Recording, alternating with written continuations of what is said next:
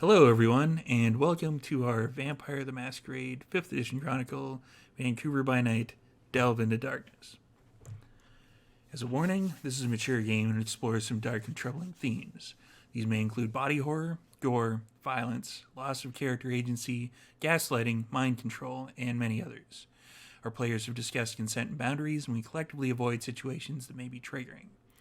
The players will always let me know if anything gets uncomfortable by using yellow and red cards in our private chat. I have a list of the yellow and red cards that everyone has, and I have posted it in the chat so everybody can see it. If you as a viewer ever feel uncomfortable or triggered, please pause and step away. Our streams are going to be available on YouTube after the game, and you can always come back to an episode when you feel ready, or you can skip ahead to the next one. So it's time to thank our sponsors. First up is Mikhail Artoria of Artoria Designs, who creates these awesome dice boxes, and they make great dice holders. You can fit all the 15 dice that you need from the set down in the bottom there, and you can use the top part, which are kind of... That was a shitty roll. That was 2 zeros. Well, that's fine. Don't blame Mikhail for that, though. Give him money, and he'll send you stuff. And he also does changeling ones. Cliff, do you have the changeling one? Dun, dun, dun, dun, dun, dun. There it is. Look at that. That is phenomenal. And our other sponsor... one of our other sponsors is Martlet Games. Martlet Games is a collective of TTRPG veterans that are ready to work for you. From actual play production to tabletop game development, they're a one-stop shop for all your creative needs. Investing in the World of Darkness streaming community helps keep channels like this one online and thriving. They greatly appreciate any love you can share with them on their Patreon or various media platforms, which will be up here in the chat somewhere, probably down there, because the chat doesn't scroll up that fast. And Dogmite Games. Dogmite Games is the best gaming company you've never heard of. They can combine craftsmanship with artistry to create truly unique pieces of functional art for your game. From dice boxes and rolling trays to fully sculpted Valhalla screens for GMs, each piece is created on site in their workshop in Michigan by a devoted team of craftsmen. And I've got the Gangrel one. And speaking of Dogmite, they are sponsoring our YouTube giveaway, which is still going on. So by the end of April, by April 30th, if you are a subscriber on our YouTube, I've got a list. You can win one of these player pads if we get to 1,000 subscribers. So head on over to our YouTube, hit subscribe, and there's a post on Twitter that if you like and share that post, you will also have another entry. So that's 2 entries that you can get right off the bat. Or if you're a subscriber on Twitch here, you can get a 3rd entry into the contest. So that's 3 chances to win for, relatively low price. And these things are amazing. And there's an extra little bit if we get up to 1,200 subscribers before the end of April on YouTube. We will have an additional draw of a Dogmite dice sheath, which are the smaller ones that have the clan symbols on them. And our awesome people over at Dogmite Customer Service have also let us know that if you win, you will be able to pick whatever clan you want is in the player pad or the dice sheath if you happen to win them. So that's a little extra added on from Dogmite. So yeah, click subscribe and head on over to the YouTube. Click subscribe there, and you can have several chances to win. So, having said that, it's time to introduce our vampires. Starting off in our regular pole position is Abigail. My name is Joanna. My pronouns are she, her, and I will be playing Abigail for you this evening. Also, she, her. She is looking forward to Elysium and looking forward to seeing more Toreador Mean Girls. Is she, though?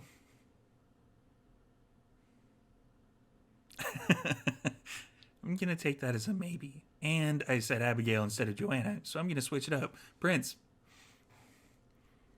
Hey everybody, I'm Prince, also known as Dimples of Dice around the internet, and I am playing your favorite Seneschal, Jack Cato, the Banu Hakim, former assassin, but now instead of parrying attacks, he's parrying random bullshit petty claims that people bring in front of us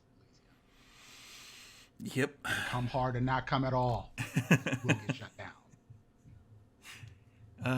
It's yeah. Welcome to the bureaucracy. Speaking of bureaucracy,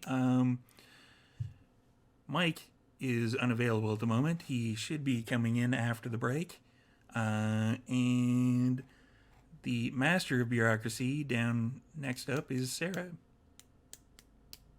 Ew, master of bureaucracy. Get that away from me. I don't like that.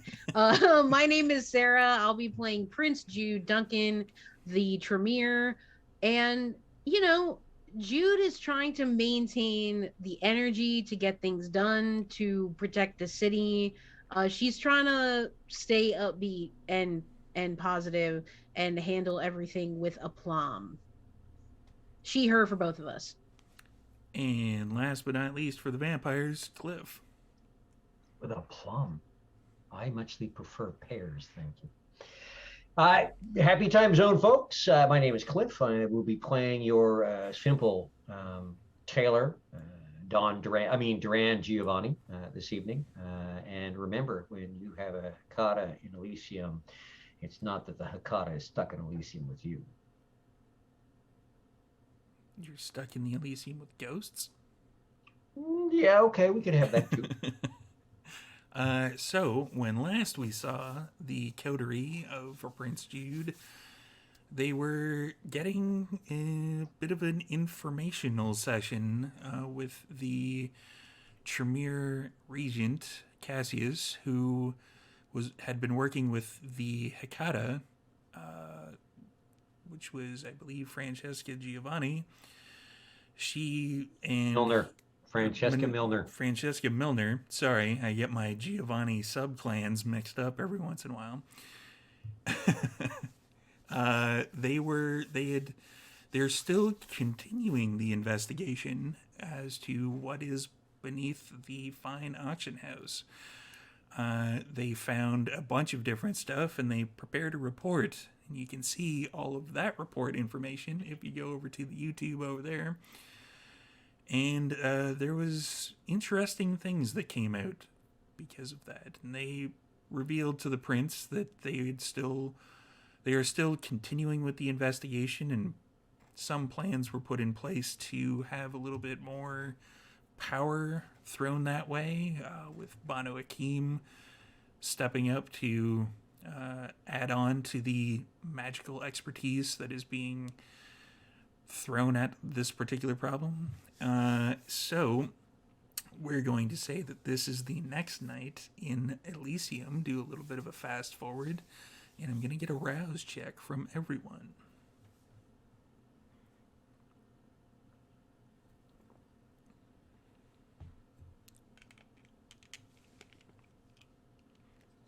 Two, three thumbs up. Come on, Cliff, you're up.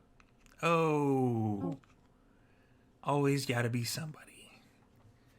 Yeah, I couldn't disappoint. So, Duran hears upon waking. Duran?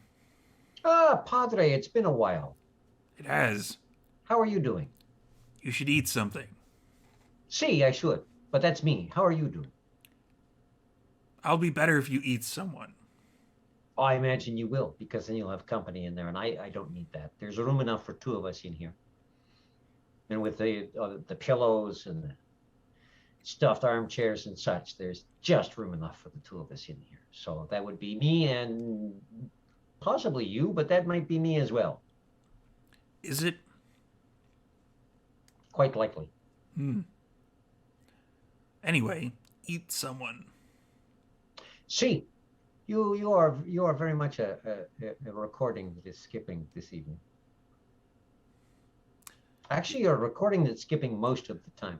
Though I do like where you're skipping lately. It's not "you're a disappointment to me, Duran." It's "eat someone, Duran," and that I find much better for Well, my self-image. you're always Don't ruin it. Don't no. You're a disappointment as well, but you should probably There just we eat are. someone. Back to that. See, I will go forth into the night and be less of a disappointment and eat someone. There we go, multitasking.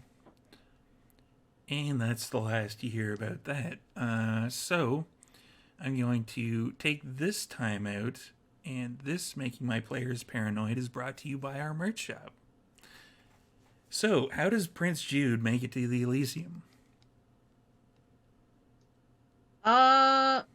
I feel like possibly Abigail and Jude would go together unless Abigail had something that she was attending to, because Jude has more or less decided that despite her desire for greater independence, it's probably for safety reasons the best to stay at the Chantry as her residence, especially because it allows her greater access to investigate the problems that are currently occurring in Vancouver.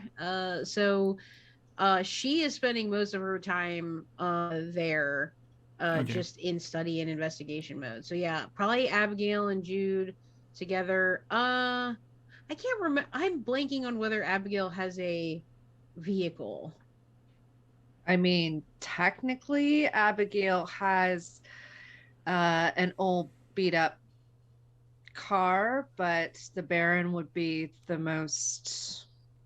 Yeah, she has an old beat up, your brother's girlfriend's cousin's car kind of thing that got sold to you after it had already been through the ringer. A 1998 Ford Topaz. Are we Oh calling no, it a I'm gonna go Topaz? back. Okay. My 1993 Pontiac Bonneville, forest green. How about that's a boat of a car? It's got a V8. I'm pretty sure it was a Honda Civic. We're just going to Well, call it a Honda Civic. We'll go that with makes that. more sense. At this point, it's basically an amalgamation of several different cars. All of them. It's a Pontiac Aztec. It's a square. All right. Sorry. Okay, so we'll then, yeah, if the Baron is available to us, I'd say that's a great option. I'd like that. Yeah, sure. I'm thinking, why don't we take the Baron, drive up in style? Of course, the Baron can drive himself into the parking lot, so it's we don't have to get valet or anything like that. That's exactly. Yeah, it's perfect. So okay, cool. Yeah, Abigail would have basically gone back to the parking lot where she has the Baron parked, would have hopped in and driven up to the Chantry and sent Jude a message saying that the Baron is ready. Okay, so probably taking some more like paper and pens and stuff for her bag to just continue to take notes on whatever's going to happen in Elysium. What has Gretchen been up to lately besides learning? Gretchen's basically almost exclusively been learning.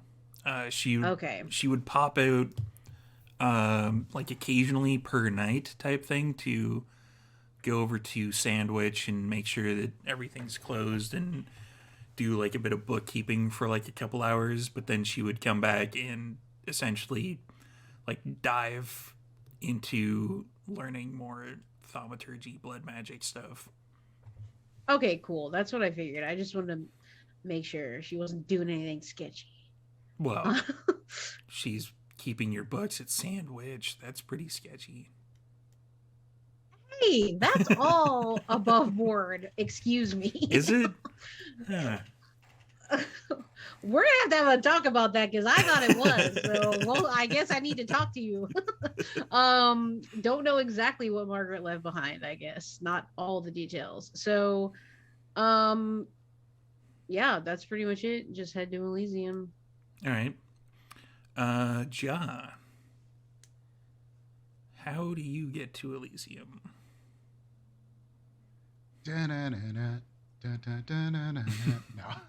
uh, Ja is definitely driving the vehicle to Elysium. And as usual, Ja is poking at security essentially every time he goes in here, seeing if there's any weak spots coming through the tunnel to make sure all of the parking area is well lit. Yeah. You're gonna be hiding in shadows, Sombra, or Giovanni. I will want those places very, very well lit up. Yeah, and he probably just parked his car in the lot, essentially wherever Mordecai parks. Instead of driving a motorcycle today, he definitely parks across like 3 spots just to make sure that Mordecai can't park properly. Then makes his way in. Harsh. For the lighting, there's like, a couple questions from security, kind of like, do you want to make sure that, the art gallery itself is lit up this way? No. Just outside. I need all of outside to be very, very well lit. Inside, so there's they make sure that there's like massive lights that light up the building itself. They make sure that those are all on, and they some of them broadcast kind of like kaleidoscopic colors, the red, green, blue stuff. They make sure those are all set up. For the parking area, there's like a couple spots you can definitely tell that are, the lights have gone out or they've been smashed, that sort of thing. So there's maintenance crews that have now been put to work. They're getting lights set up the way that you instructed them to. That's going to take probably a little bit of time. And then you make your way up just to the... mumbling to himself as he's going in, like, people get paid to do this. This is a boring job. I mean, really, like, you just be out in the streets kicking people's asses, and this is what you want to do? Check and see if all the light bulbs are replaced. This sucks. Duran. Upon waking, the books are set up, laid out in your regular desk position. Excellent. Yep, check a few things. I'm also going to do a bit of checking because, as I remember, a certain Toreador elder named Connor Lilu had possessions in the city and is no longer with us. So I'm pretty sure that the Succubus Club was one of those possessions. Those are no longer available. That's not what I'm checking because I will go in person to make them available. We'll do that later. I'm just checking what's still around. They're still around. They Excellent. seem to be under new management, however. Oh, I have no doubt. That's okay. We'll be taking care of that in person later. Excellent. And then we'll head to the Elysium. Same way, car? Is it a reasonable walking distance from Gastown? It's practically right beside Gastown, essentially. Like you hop, skip, and jump over the financial district, which is like 2 or 3 streets. And then I'm not going to hop, skip, nor jump. I am going to take my time strolling through the financial district and taking in the atmosphere. Bartholomew is hopping, skipping, and jumping beside you, just so you know. He's allowed to do that. Yeah. He's allowed to do that. So I will grab my hat and I will stroll. All right. Give me a wits and awareness for Duran. Okay. Yeah, I can do that.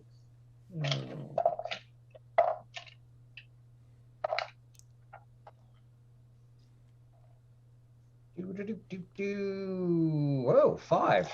Okay. You see some semi-peculiar activity outside Outside of where? outside of the art gallery. Okay. As I'm Because when you come up from the financial district, uh-huh. there is a large concrete area that is to the back of the art gallery along one of the Okay. one-way streets. Well, basically, each of the one-way streets that go in opposite directions, they're Uh-huh. on either side of that kind of large concrete area. They have like chip trucks, stuff like that, like food trucks that pull up on there, and they're people that's regularly where people kind of hold their protests if they were to do so at the art gallery. There's the odd person on a bullhorn that's yelling something about this person didn't vote the right way that they wanted, or some other like mundane kind of human red tape, like they should have given more money to this, but I didn't want them to, and they're angry about something. Uh-huh. You're not even really paying attention to that. What you do Mhm. notice ever so slightly is that there are two people looking kind of on the periphery of this. It's not really a protest, it's just like a gaggle of a bunch of people with somebody yelling into a megaphone. But there are two people that are kind of on your side of it that are wearing black suits, white shirts, black ties, black slick back hair, and black sunglasses. And they're just kind of looking around. They seem to be monitoring the situation. Uh-huh. Do they seem to be looking anywhere in particular, or they're just kind of scanning the whole area? They're not looking like specifically anywhere, but they're definitely scanning the area. Uh-huh.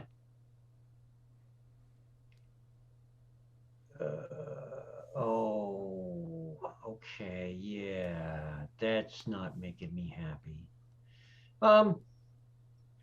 I'm going to kind of bend my path towards those pair. I'm going to kind of get closer. Okay. I'm going to aim to walk past them. Past them so that they can see you, or past Oh yeah, them? yeah. They'll be able to see me. I should just look like someone walking past in the crowd, kind of thing, as they're taking a look at everything. And as we do, I'm going to kick in heightened senses, but very carefully, because I don't want the bullhorn idiot blowing out an eardrum. I want to see if these two have a heartbeat as I walk past them. You walk past them. They don't seem to necessarily change their like the way that they are scanning what's going on. But you do detect a heartbeat. Oh, okay. It's one of those like just take half. Okay. Yeah. That'd be enough. Aha. Okay. So, they're not those things then. Oh, but they might be other related things. So I'm going to kind of stop when I'm level with them, within almost reaching distance kind of thing, and kind of turn to them and look and up and down. I did not think that the Jehovah's Witnesses were active at this time of night. I thought that was more a daytime knocking on door thing. There's no change in what their reaction to this is. From what they were doing before. There doesn't seem to be any reaction. They're both kind of scanning still. Okay, take a half step closer. Excuse me, can I assist you gentlemen in finding something? You cannot. You are waiting for someone, or looking out for someone? Yes. Ah, I might know the gentleman that you are waiting for. And they both kind of stop scanning, and they both look directly at you. And who is it that you are waiting for? We are waiting for someone that is not your kind. Bueno, yeah, I know all sorts of kinds in this city. I most of them very well dressed, but still, I know all kind. Well, no, that's not true. The ones in the parks are not often well dressed. They are, those sorts. See, and your purpose in waiting for someone who is not one of my sort? Quite obviously, not a very well dressed person. We have business. See, you're doing business on the property of one of my sort who runs things, because you're right out here where you can. Wow, they have lit up the outside something fierce tonight. Senor Cato's got the bug up his butt or something. Anyways, you will have to pardon my segue there. There is, I bet you I know what kind of person you're looking for. They're both just staring at you. They don't seem to... It's not that they don't seem to be listening, it's that they're waiting for you to reveal something to them as opposed to them revealing something to you. I am going to lock eyes with one of them, and I'm going to use Mesmerize. Only I'm going to use it right at the Rationalize level. Okay. So they're going to think it's their idea, not my idea. I believe that Excellent. is a rouse check. That is. Let's see what happens. Let's see if I get to talk to Daddy-O. Let's see. I do not get to talk to. That's good, because that would be embarrassing right now. I'm out in public. Let's see. Dominate. Let's see. Rationalize. What are you using? Mesmerize? Yep, I'm using Mesmerize, only I'm rationalizing it. Okay, so intelligence plus resolve on their end. And charisma plus dominate on my end.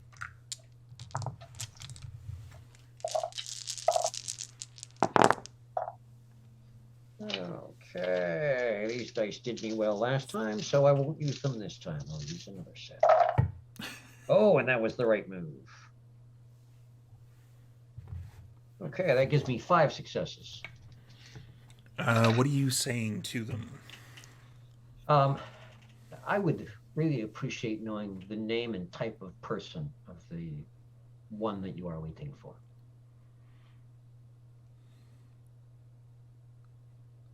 Such is your right. So you're going to tell me this? No, I'm not. Bugger.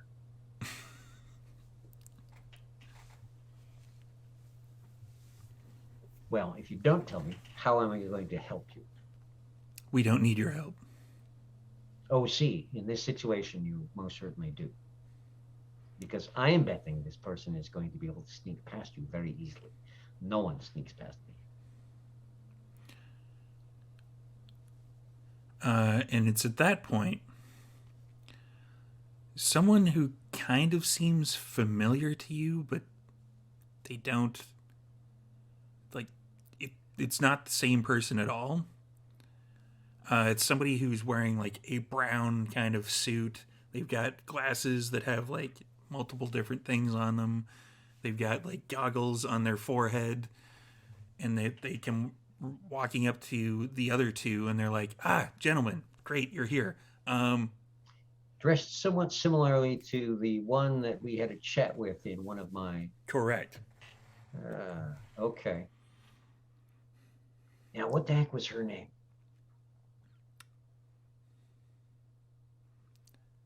Yeah, I can't remember myself. Crap, what the heck was There's her name? notes somewhere. Yeah, I'm like, okay, I know I've got a note here that, that's way before that. Yeah, it was a little bit before that. Yeah, it was before Bartholomew. It was around, actually, it was around the time of, oh, there we go. Yeah. Okay. So I'm going to look at him and say, you would be a friend or relative of Signora Vanessa Finn. No? And he stops dead because he was focused on the other two, and he looks at you and he's like, Yes. Yeah. And he sticks out his hand. Carl Gustav. A pleasure to meet you, Senor Gustav. You. Are you busy? Oh. Are you busy? Oh. Wait. Hold on.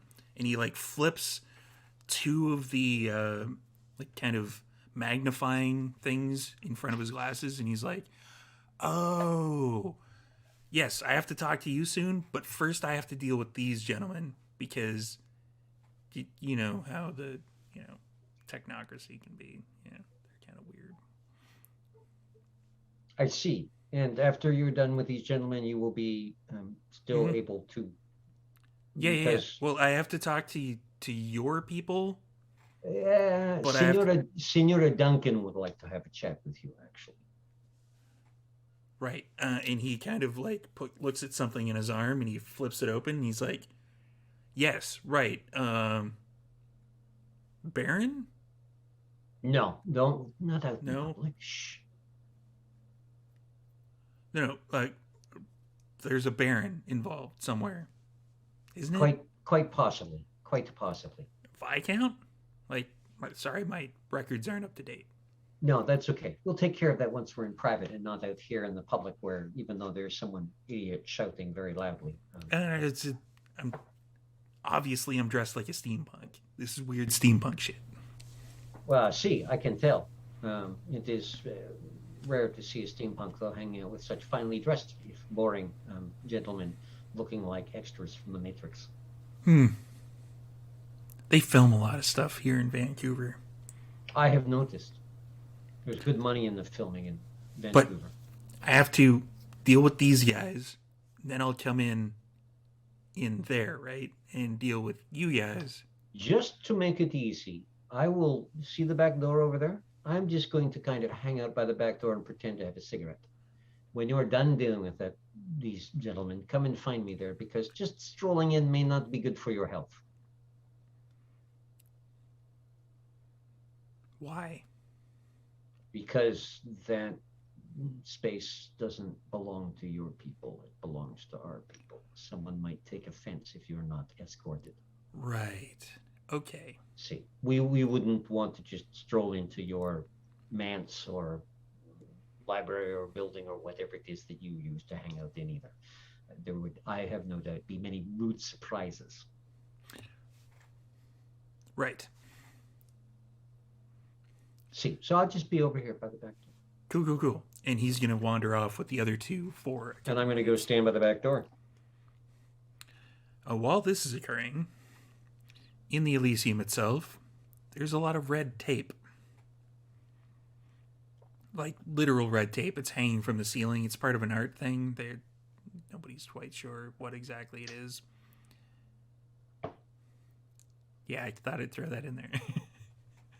But in the Elysium, down in the sub-basement with Jude on her throne, there's a bunch of stuff that's being kind of thrown in Ja's sphere. People are bickering mildly, like, this person was in our territory. We didn't like that. We think Jude should handle it.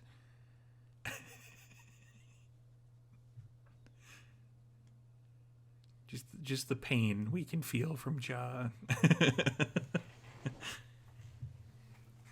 It's honestly important, or you just want to waste my time. Make me angry. We're not trying to make you angry. We would like enforcement of these particular rules. This does not seem important. You stay out of their territory, they stay out of your territory. Yeah, but they Otherwise, didn't you stay eat out of each our other. territory. Good job. Bye. They're going to wander off, annoyed. Yeah. So it's after a few minutes of that, Victor Davenport comes up.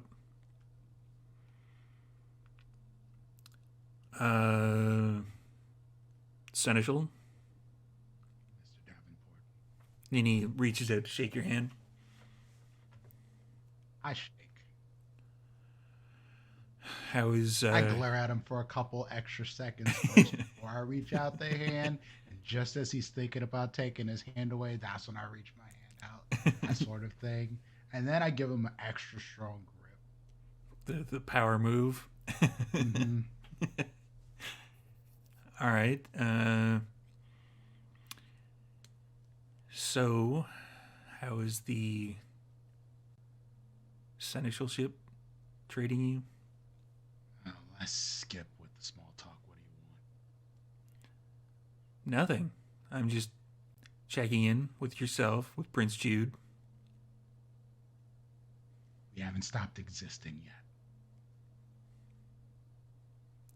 Fair enough. I'll leave you to it then. Great. And he wanders off. So, It's something. You're doing great. I think Ja, of all of the evil eyes you've seen Ja give tonight, he gives Jude probably the biggest evil eye at that comment. Just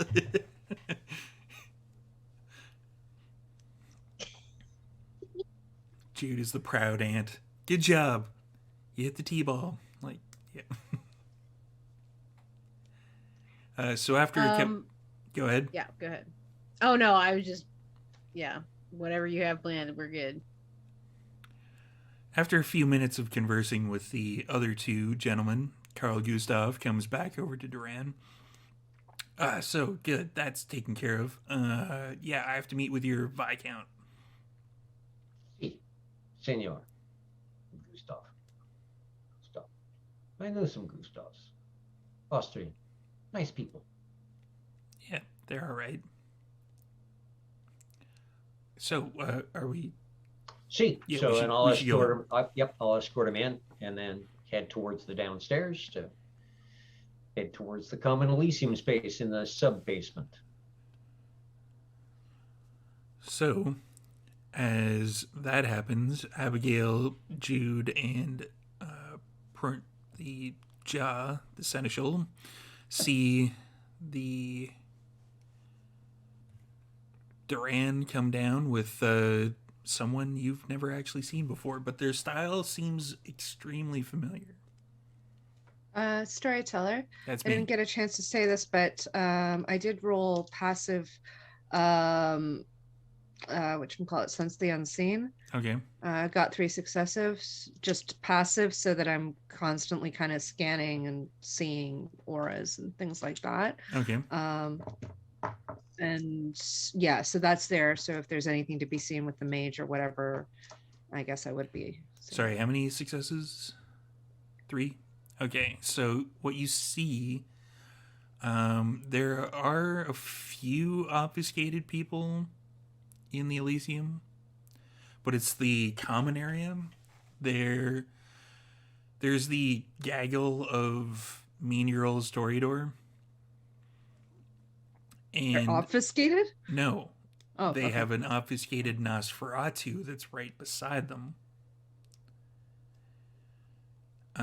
There is an obfuscated person that you're not sure. They could be Malkavian. You're thinking it's Malkavian based upon how unkempt their hair is. They're hanging around the kind of Ventru-ish contingent.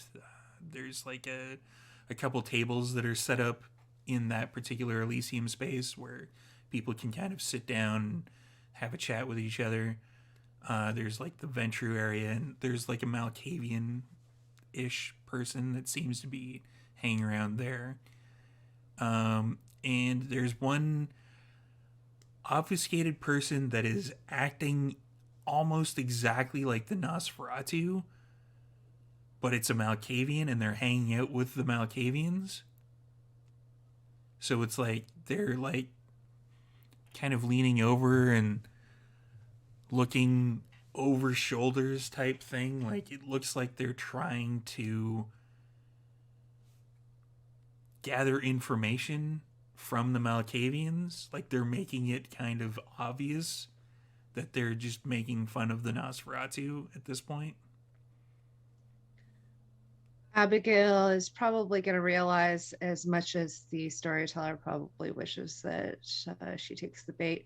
Abigail's going to look at all this, kind of take a think on it, and realize that this is just kindred being kindred because they have nothing better to do than to spy on each other, and continues on her way and just keeps the passive sense the unseen up. Immortality is boring. So, Duran comes in, and Abigail, since you have Sense the Unseen up, you automatically see that this particular person's aura, there's like, for the Malkavians, there is kind of like a shifting color pattern that occurs with them.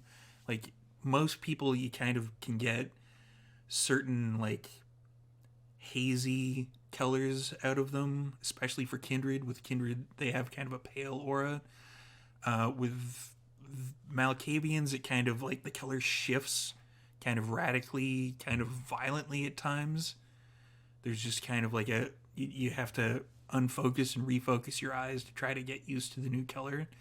With this particular person, they're actually it's kind of like sparkles in their aura. Like they seem to be radiating some kind of power that you can't quite put your finger on. And the colors are slowly shifting throughout. And then you see Duran in, pale aura. Little ring-sized thing in like the pocket of the jacket. Probably a couple other things as well. Abigail has seen this. Yeah, Abigail has seen this before in a mage, because she's previously done Sense the Unseen on mages. Yes. So she's gonna look at the mage, look at Duran. Let's give Duran a look. I'm just gonna like raised eyebrow sort of thing. Just gonna tip the hat and kind of do this as we head towards where Jude is installed. And as we're going, I'm going to put a hand on Mr. Gustav's shoulder and say, so the proper term you were looking for is Prince Duncan, but we don't say that outside of the Elysium. Right. Prince. And he like flips open the thing again, and he like looks like you can always just call her Jude Duncan. Isn't that disrespectful though? You're not one of her people. I mean, that's fair. You're kind of a representative of another group of people.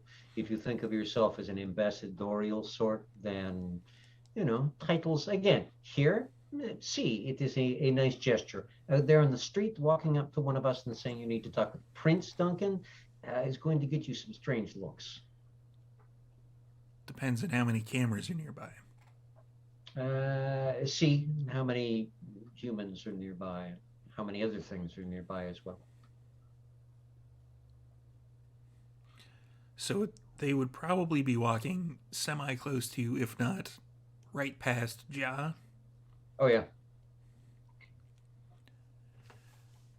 What does Ja do? Who's this? Senor Cato. This is Senor Carl Gustav, a mage sort who wishes to speak with Senora Duncan. This, Senor Gustav, is potentially your second worst nightmare, just because I don't know what you have as number one on the hit list. So this is, if you don't behave well, this is what you will have to contend with.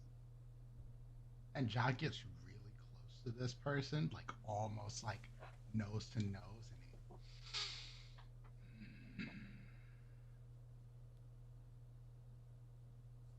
alive. Oh, see. Last time I checked, yeah.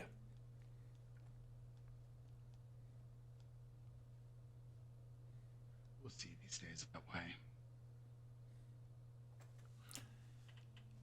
I can see why not many other supernaturals like you guys. We all have our little quirks. Ja shows off the fangs. Abigail mutters under her breath. Tremere sends his regards. Yeah, I can definitely see why not a lot of the other supernaturals like you guys. See, but they deal with us, and that is the important part. Hmm. It is not a popular. Well, for some, it's a popularity contest. But Senor Strickland is not here right now. He is busy with other things. Probably a popularity contest. So let us go talk with Senora Duncan. Sure. Is Jude on the throne that was provided by the venture? Yeah, absolutely. All right. I think Ja would walk outside of this room and be like, no one gets in. Period. Are you Until we're referring? done. And there's a pile of clothing there that is like, all right, cool. And then everything kind of like as soon as Ja kind of goes back into the room, you can hear like the kind of bolts sliding into doors, etc. For like the, upper and lower locks.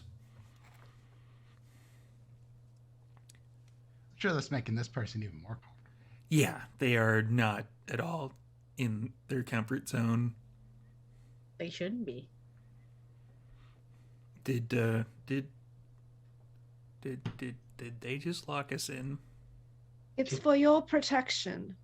She, Really it's is. a little bit of privacy as well, but as I had said outside, Senor Gustav, there are people who would, some members of our society would take offense. This just means that if they want to take offense, they have to knock first, at which point Senor Cato will go talk with them and there will be no more offense. He is very good at removing the offense, or is it removing the offending limbs? One of the two, but it works out to the same thing. Or offending the offenders. So, See, best offense is a good offense, is what I've always said. Right. Okay. and stroll up to the throne where Prince Jude is relaxing. Right. Not sure what the protocol is. It's been a while. Gonna lean over and go, you can just say hello. Hi. Hello. Senora Duncan, this is Senor Carl Gustav, a representative of some sort of, if I remember right, Senora Finn was a son of Ether. She's more of a daughter of Ether. I'm kind of a son of Ether. I believe there's a non-binary of Ether. The children of Ether, you Yeah. could say. Yeah, Bueno, that's one way of putting it. excellent. And I met this gentleman outside. He said he wished to speak with you. Yeah, I've been sent here to speak with the vampire types. Right. That's actually very, very fortuitous because I was wanting to speak to one of these children of Ether, so that worked out just fine. Now, Mr. Gustav, what do you have for me? There's do you guys have any like sense of supernatural badness type things? Okay, Like, first of all, some- if you say he has risen, I'm going to break all of your limbs. Wait. No. Are you asking if we are sensing a some sort of supernatural danger or badness currently? That's Is that it. what you're asking? Yeah. Yes. Mm-hmm. We are. All right.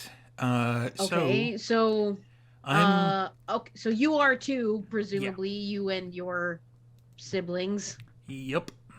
Yeah. Well, not just the sons or the children of Ether.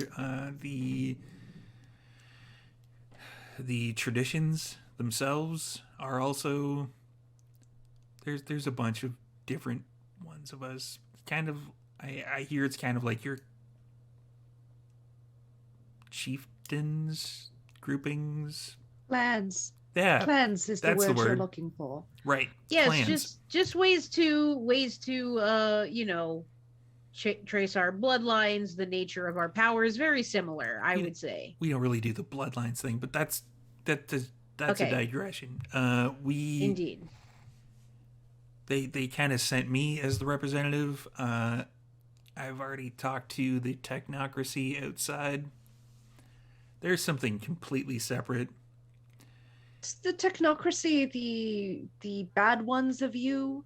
Like we have, the Sabbat, they're the bad ones. Aren't the technocracy the bad ones? Bad is such a relative term. I'm sure, like That's us, my it's relative. many shades of gray in terms of good and bad. So Give I'm or sure take. it case by They case basis. they they are not on the same page we are. By we, I mean us, not we. They're probably not on this, definitely not on the same page you are. But either way, there's issues between the technocracy and the traditions. Right. And on this particular thing, we're kind of on the same page. So that's But unusual. I assume. Sorry? I'm going to assume if y'all are getting along on something, that means it is borderline hell on earth, sort of apocalyptic kind of thing, We just did that a few weeks ago. right?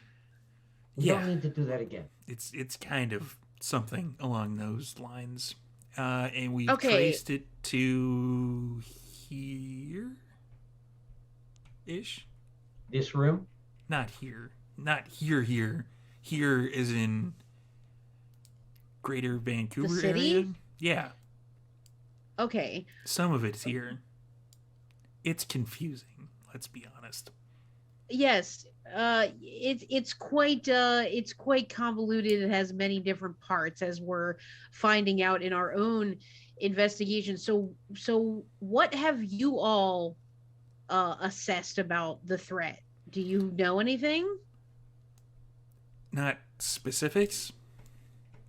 Sure. We've had some of our kind of more mental acute types. I believe you call it aspects. Aspects, sure. That sounds right. Okay, yeah. Some of our types who kind of go with the mind areas of magics. They've had visions.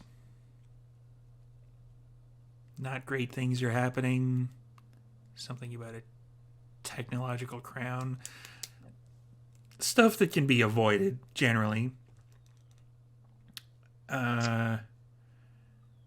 But this is...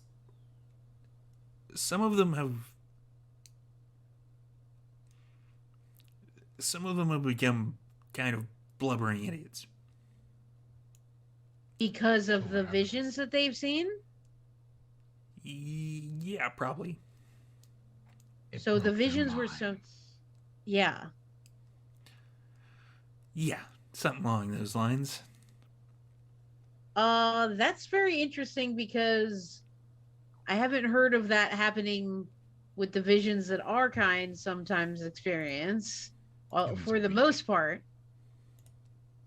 Yeah, I guess that's true.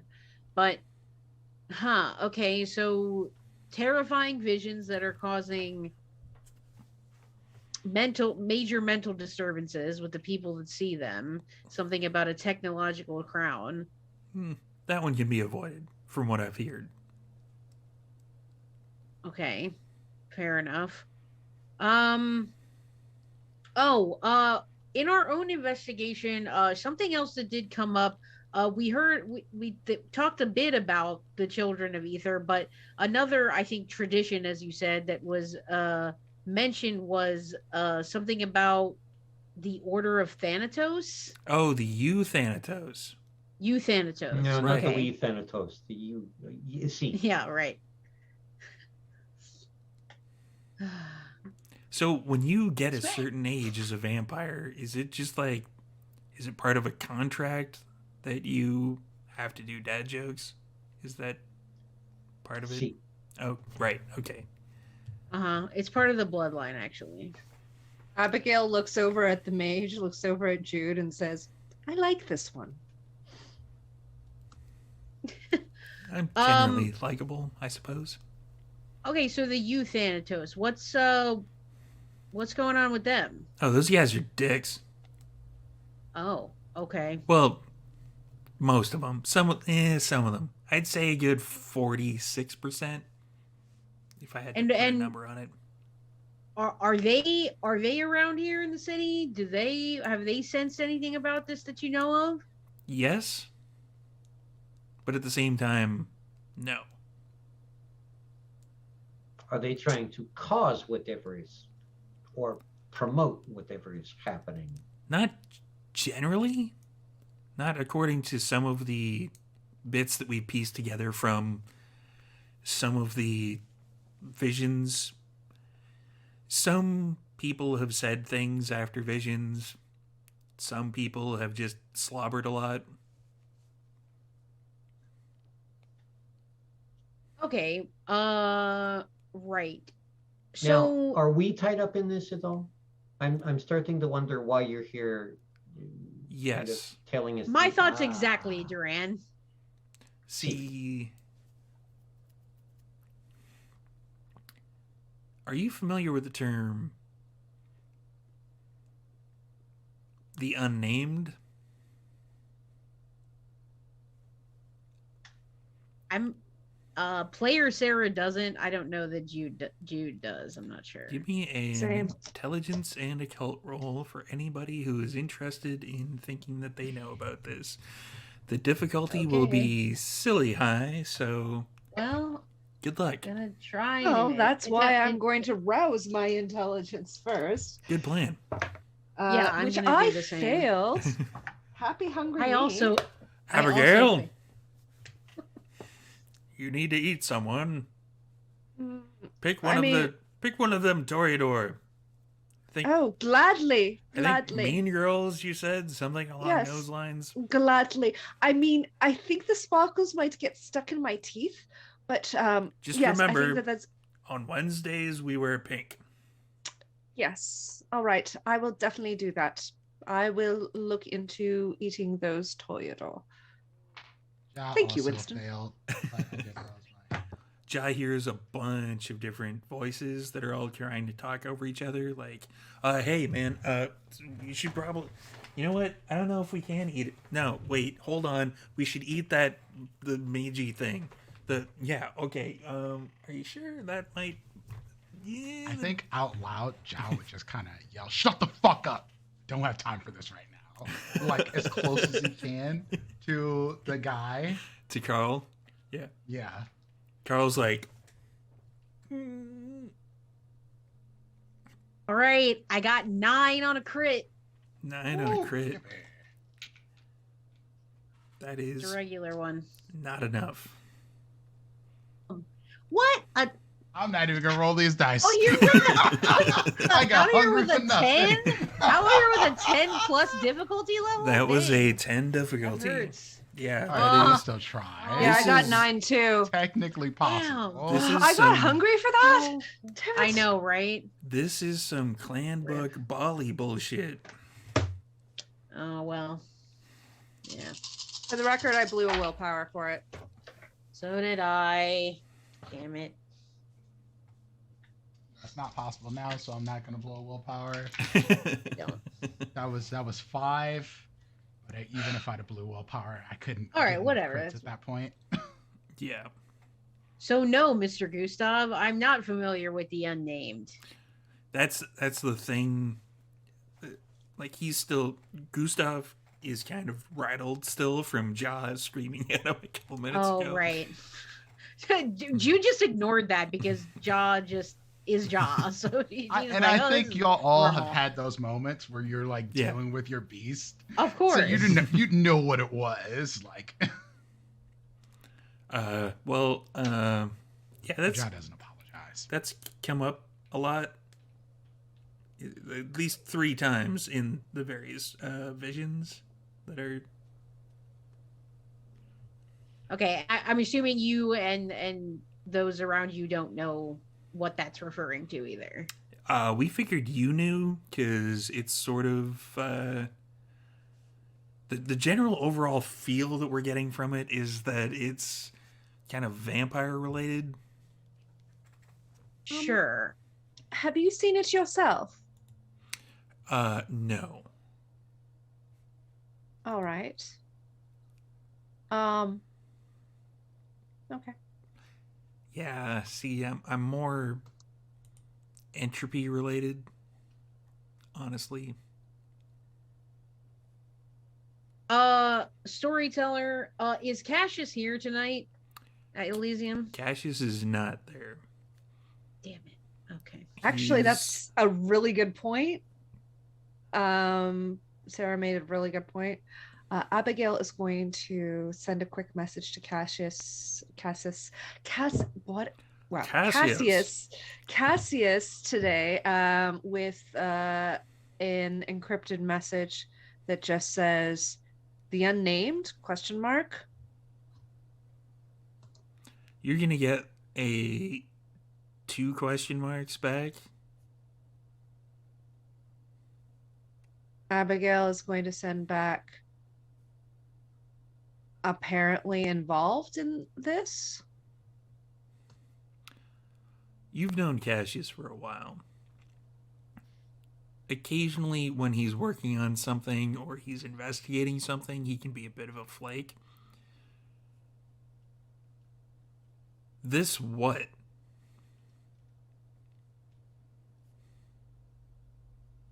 What you came to discuss with us the other night?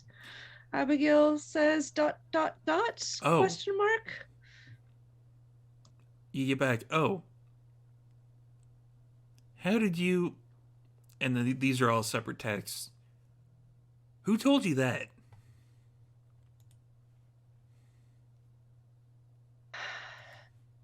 Abigail sends Lizard back emoji. a son of E.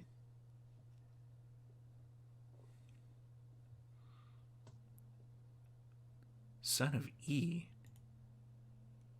WTF does that even mean?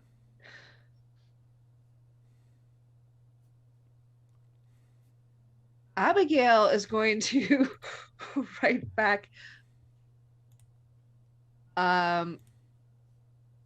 It is an encrypted channel. Do I need to roll to make sure this is an encrypted channel? Okay, how do you want me to roll this? Just intelligence and Intelligence and tech. Okay. Let's throw in the hacking dice while we're at it.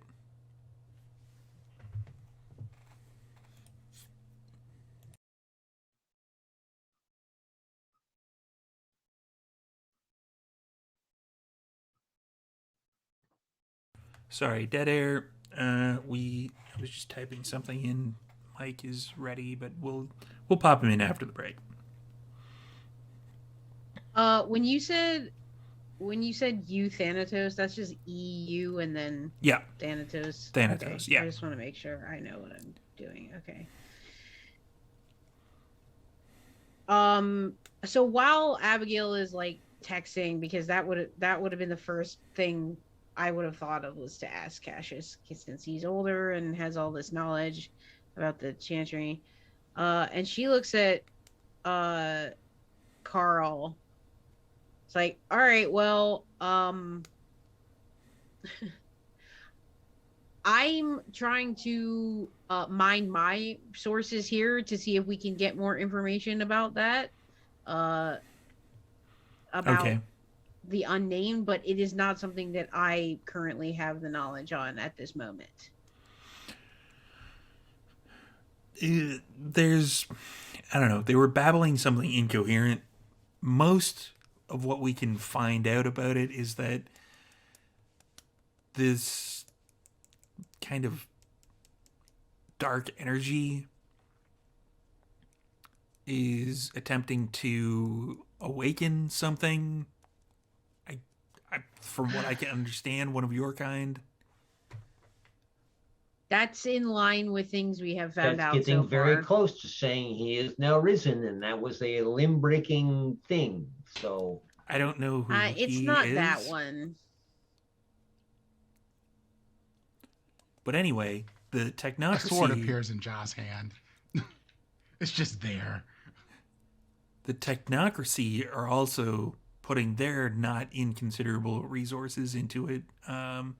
They had some success back in around 90, I think it was 99, 1999. There's some kind of party in the Middle East, something to do with satellites. One of your kind woke up. Oh, Bad shit went down. Again, Sara knows. I don't know about Jude knows about that, but Jude probably would not. probably not actually. Yeah. Okay. So wait, I'm sorry. What is the connection between 99 and the Middle East and one of our kind waking up between what's going on now? You think that's related? Kind of. Something about I don't know. They were babbling something about wormwood. I honestly have no idea. They're just yammering something incoherent. But it could be something along those lines. One of your kind wakes up. We have to put the not inconsiderable resources of groups like the technocracy into play.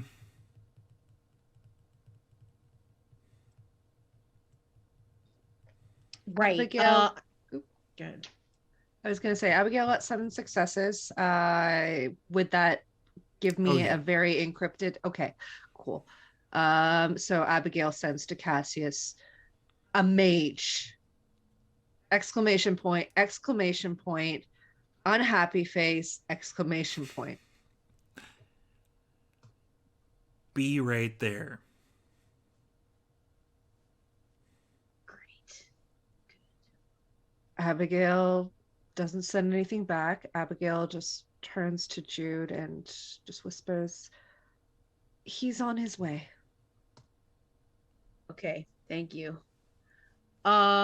Yes, we do have someone on the way that if I was going to think anyone knew anything about this or could possibly lead to the knowledge, it would be him. So maybe he can help us slightly. I guess okay, I'm glad you brought me. I hope you're ready to I'm be glad you infuriated. Yeah, he's sometimes people you work with it can be a challenge.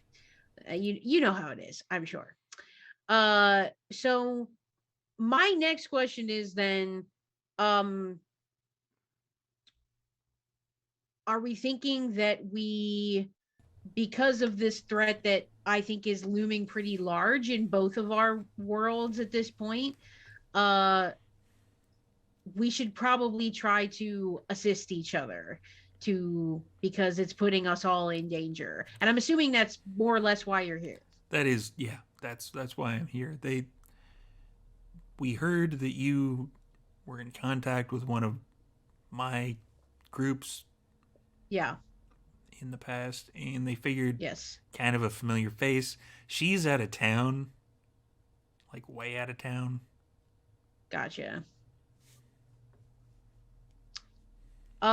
Yeah, I mean she was very helpful to us in the past, and I did appreciate that. So right, I'm hoping then with you, as you said, the technocracy is not unconsiderable resources, and all of these parts investigating what's going on.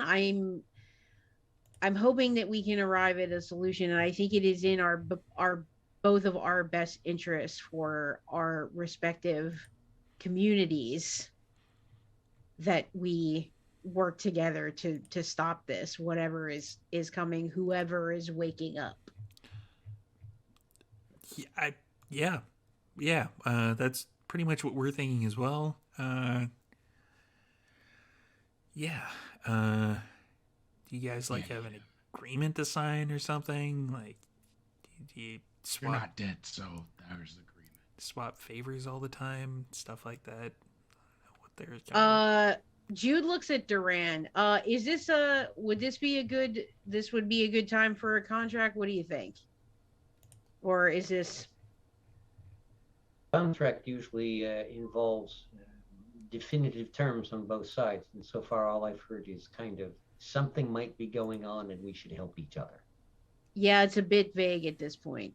See, About just a non-aggression thing or something. see, now you're talking treaty. That's a little different than a contract. Fair.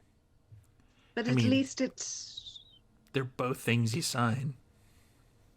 See, would you be able to sign them on behalf of all of your sorts of folk? Kind of. For this particular situation, I suppose.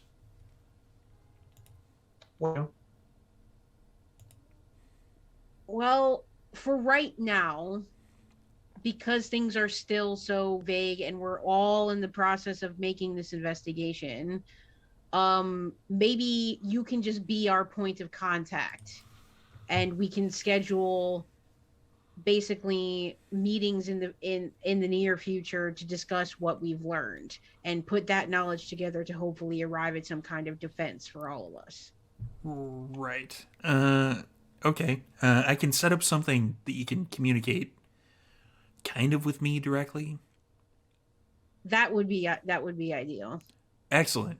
And then he goes up to your throne, goes up those several steps, and he takes out something that looks like a large drill, and he starts Hold on. As soon as he starts to go up to the throne, Ja's knife at throat. "Ugh." You gotta say what you're doing Can't before you just do start. something. It's a Holy shit out in the throne room. communication device. Abigail does it work? jerks out. Yeah, Abigail's looking it over. Storyteller, what is Okay. it? It looks like it's made of cardboard. I still have Sense the Unseen up? Or Abigail still has Sense the Unseen up? It looks like it's made of magical cardboard. Fantastic. So snarky. Well, it's not traditional. It doesn't look like a normal piece of tech, but it does look like it's imbued with magic. So why don't you tell us, Mr. Carl Gustav, how this works? Well, it has to be in a geosynchronous position that doesn't move. Okay. Sure. And when you hit the button and he's pointing it something that looks like it's pushing out of the cardboard, but it looks like it's made of kind of red duct tape. When you push on this button, it'll send a message to stuff that I've got hooked up elsewhere, and you can talk to me. All right. So Jude is just going to have to say, Prince Jude is just going to have to say to you, push the button and say, hello, Mr. Gustav, and she will be in touch with you. Nobody else. Yeah. It's direct one-to-one. Yeah. Are you sure? As far as I know. All right. Unless people Can are people listening in here? No. Okay. No. I have ears. No, I have not been listening. That's Can fair. I wits and insight this guy to just see if there's any kind of ulterior motive here? Sure. Can Great. you get a few extra dice because I have a knife or my sword poking at his throat? Yeah. Yeah. How I'll- many extra dice? I'll give 2 extra dice for that one. Yeah. Okay, I like that. Thanks, Ja. Best seneschal ever. Best seneschal ever. Wait till I start beheading people that you're negotiating with and see if you feel the same. It has to be evaluated on a night by night basis. That's 5 for me. That's a work in progress. He seems to be telling the truth from what you can tell. I hate that answer. Thanks. Yeah, I'll just Okay. attach this to the throne thing. You hit the button. We're good to go. Can she bring it with her? No. Yeah, it has So to it be has to stay- stationary. It has Right, to be, okay. yeah, geosynchronous. Well, yes. See, okay. this thing goes from I here understand. Shh. down into a relay system underground, and then it has to go across the city, and then up to a satellite that we've got in orbit, and then back down So to New how York. how do you communicate? The with knife it? is I'm probably going to- poking just a little bit of Yeah, blood out. Just Abigail's taking a seeing little that this sippy is sip. happening, and she's like, "No, speed it up. How do you get the message? Like, where do you have a device that?" He points Okay, at the so- thing that's on his wrist, kind of like it's a very brown bracer that looks like it's got something that flips open. Okay, so Prince Jude, is Abigail, it the safest to leave it here of all places? Abigail turns to Jude and says, "Try it, my prince. Just try it. Press the button. That's the only way you'll know if this is actually a good communication device."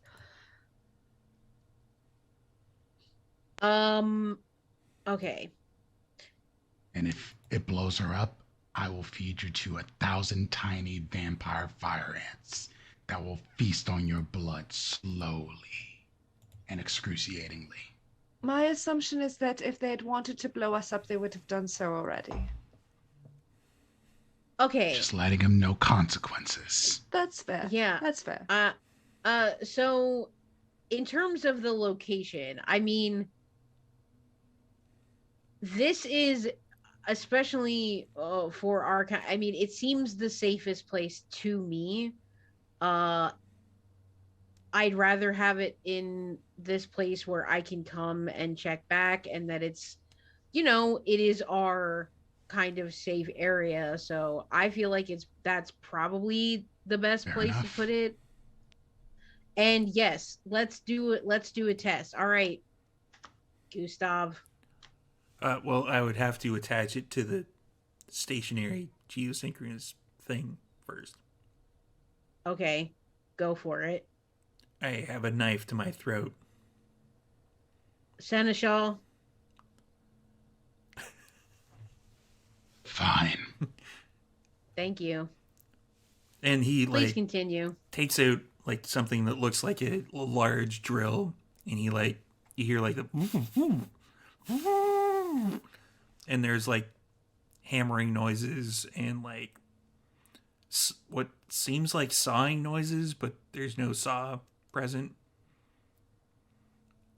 And yeah, at the end of it, there's a cardboard thing with a big red button that is attached to the side of your throne. Pressing the button.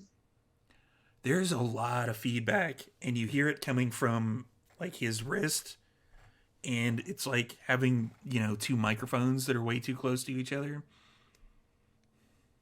Whoa. Whoa. Okay. Whoa. All right. Hey. All right. Okay. I get it now. I see that the connection is there. So checks out. Okay. So I do hope that should you happen upon or deduce any extremely vital information to the safety of the city or either one of our communities, you will communicate that to me ASAP. Through that. Yeah. Yes. Okay. That's good. Anything else you can share about what you've learned about what's going on? At this time, no. Okay. All right. Well, we both better get to work then. Probably a good idea. And he's right, going to turn around and start walking. Nice to meet you all, but I should go. You're one muted. moment. Duran, you're muted. I will walk him out. One moment. Jude, do we want to wait for Cassis to get here to perhaps question our friend here a little bit further? I mean, he shared all he has known with me, so I feel like him and I Alright. can just have a conversation. It might be less pulling of teeth that way. Fair enough. I am sure that Cassius would probably be quite forceful. So he didn't. It's better seem for happy. everyone this way. Yes. Yes. Okay, so thank you, Mr. Gustav, and we will be in touch very soon. Fair enough. And he's gonna walk out with Duran. Okay. And I will just and, see him upstairs to the back door and wish him a good night from there. And to you And as then well. I'll come back. Don't think I got your name. And I'll slip out one of my business cards and hand him. Right, Card. that shop. I've been there. A little I hope expensive that for my taste. come see me. We will do a deal at some point. I prefer happy customers over enriching myself. So Oh, all right, cool. we And then can have a chat. Then he just wanders off. And that is a good time to take a bit of a break. So, come on back in about 7 minutes, everybody. Go grab a drink, grab some snacks. You're going to need it for the second half. And...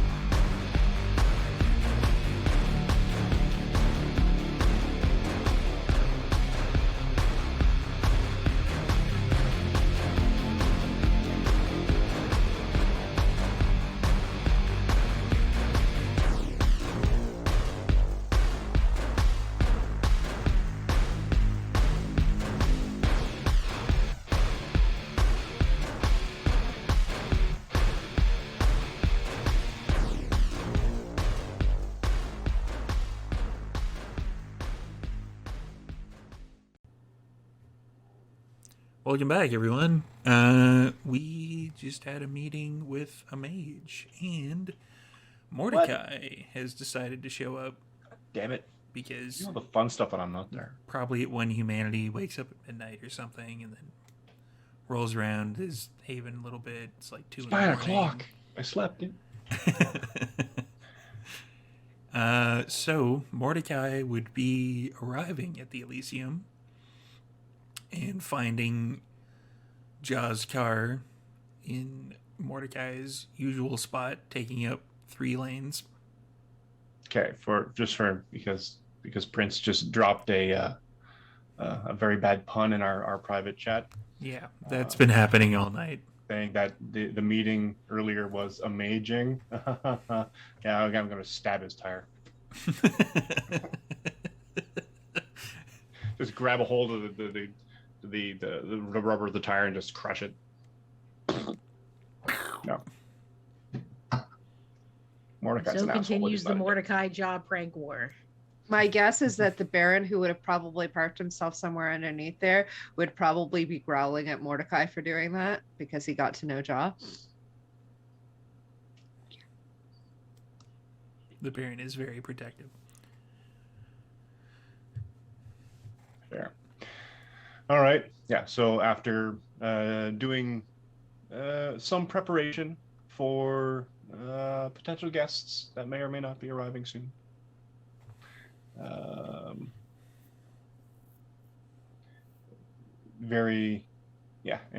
doing Mordecai things. Doing the business thing, schmoozing, using Herd to come down to Humanity 1, regardless of whether or not you want me to do a roll. Quick point, storyteller point. It's Humanity one? yeah. You mean Hunger one? Yeah, do you Weird mean- slip there, Hunger, man. sure. We'll call it Hunger if you want to. It's fine. Somewhere Freud is like with a cigar, like, hey, what did he mean by that? Did he just say it's a dick? What? Oh, I'm sorry. All right. And makes his way to. Was there any texts in the group? There were That he not kind of any ignored? text in the Really? group chat. Yeah, it was. I'm offended. It's kind of a standard Elysium night. you kind of figure that at some point You Jude guys would be had a meeting holding with mages without me? court.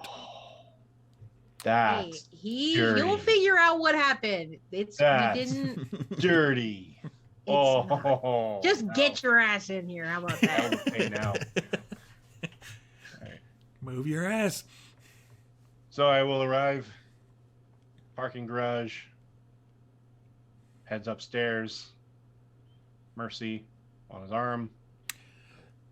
The part with Jude's throne is actually not cordoned off. It's actually locked. Like the doors are closed.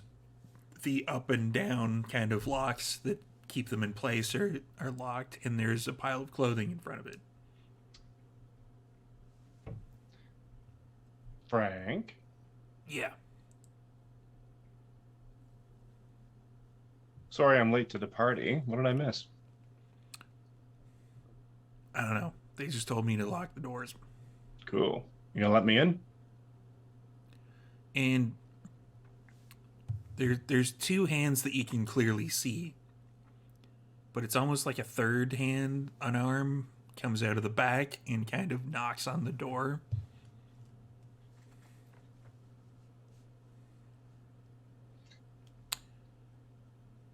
Yeah. Harpy's here. Mordecai. Yeah. Is there another one? Fuck. It's hard to keep track. Most of the these guys. Toreadors are harpies of one kind or another. Let him in. And the pile of clothing sort of melds up a little bit, and like an arm reaches out for each lock, unlocks them on the top and the bottom, and then pushes the one door open for you. I'll go in. And it's at that point that Duran would probably be coming back from the delivering of the outside things. Duran. Senor Frank, grazie. And I'll be like about 3 steps behind Mordecai as he enters the throne room. Senor Ivan. Strickland. Senor Strickland, you and I, we have a little side job to do, which we'll talk about later. And as soon as you both go in, the door closes. You hear the sliding of the locks once again. What's with the locks? Oh, there was a mage here, a Senor Carl Gustav, and Why do I know that name? exchanging some information back and forth with Senora Duncan, and we didn't want other people sticking their invisible noses into the business. Storyteller, where have I heard that name from? You grew up on a military base. Yeah. That's why I groaned when he said, yeah, his name is Carl Gustav. And it was like, oh, really? Oh, Okay. he's a mage.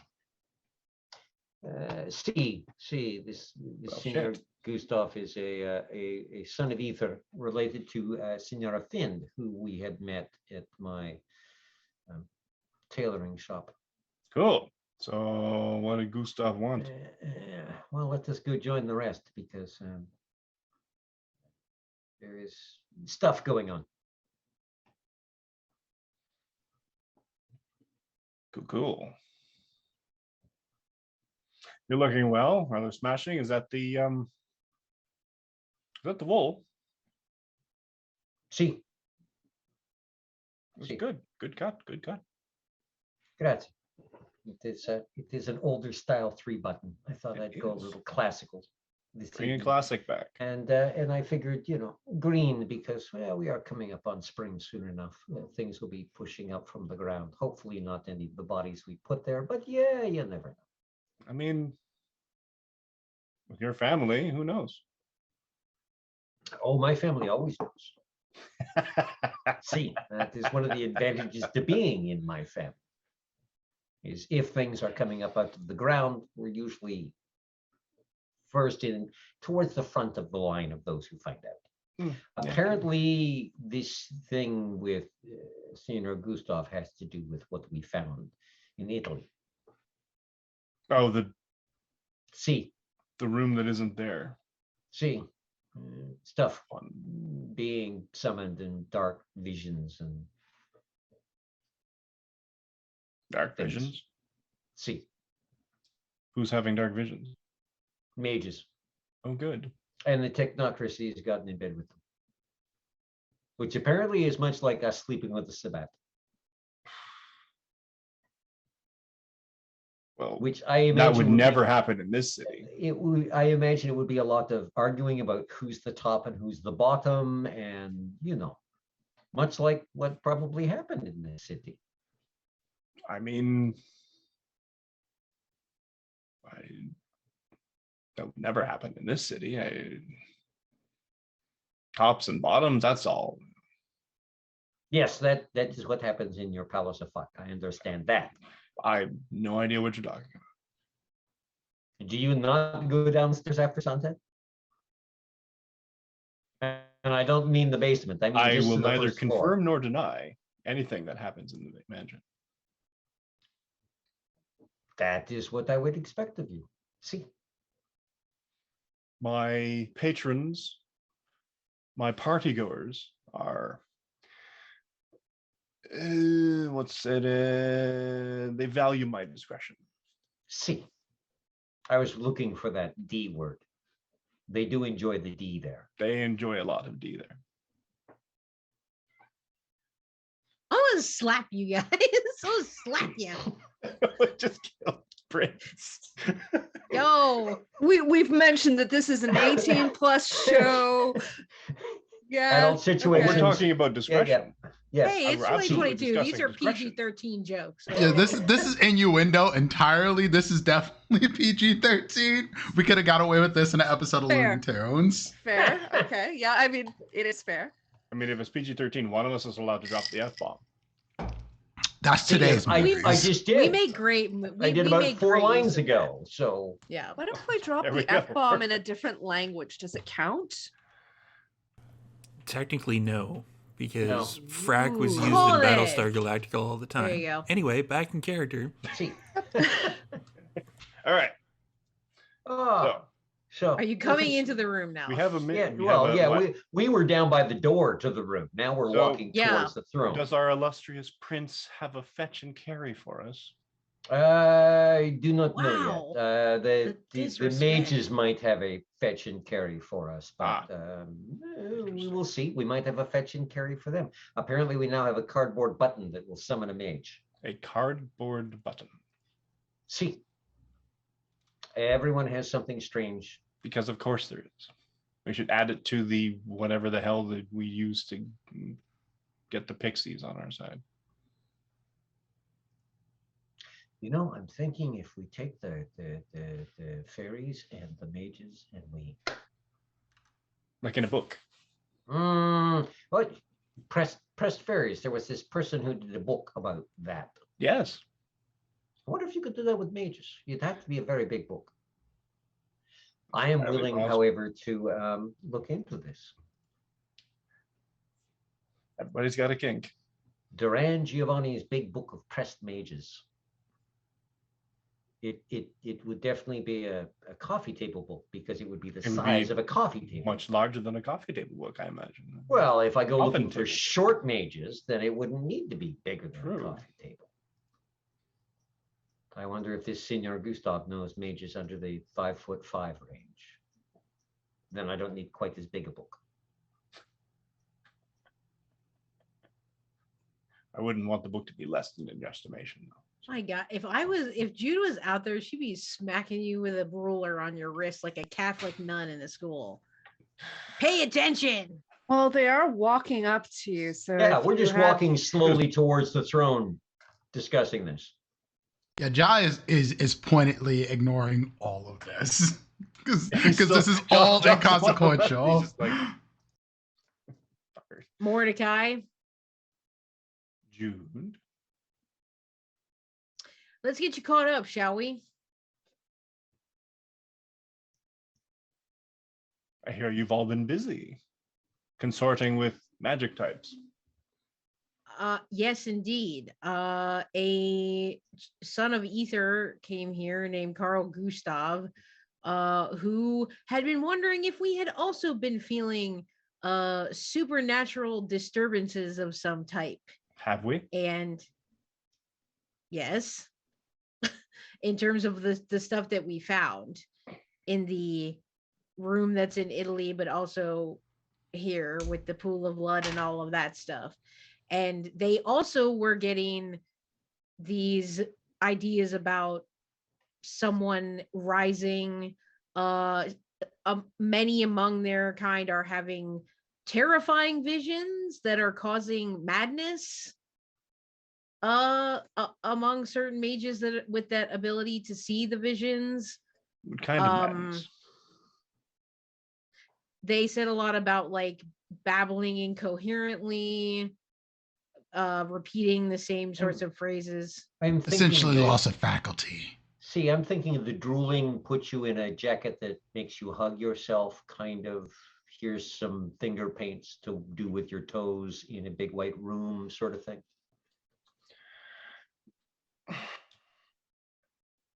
Did they describe any of these visions?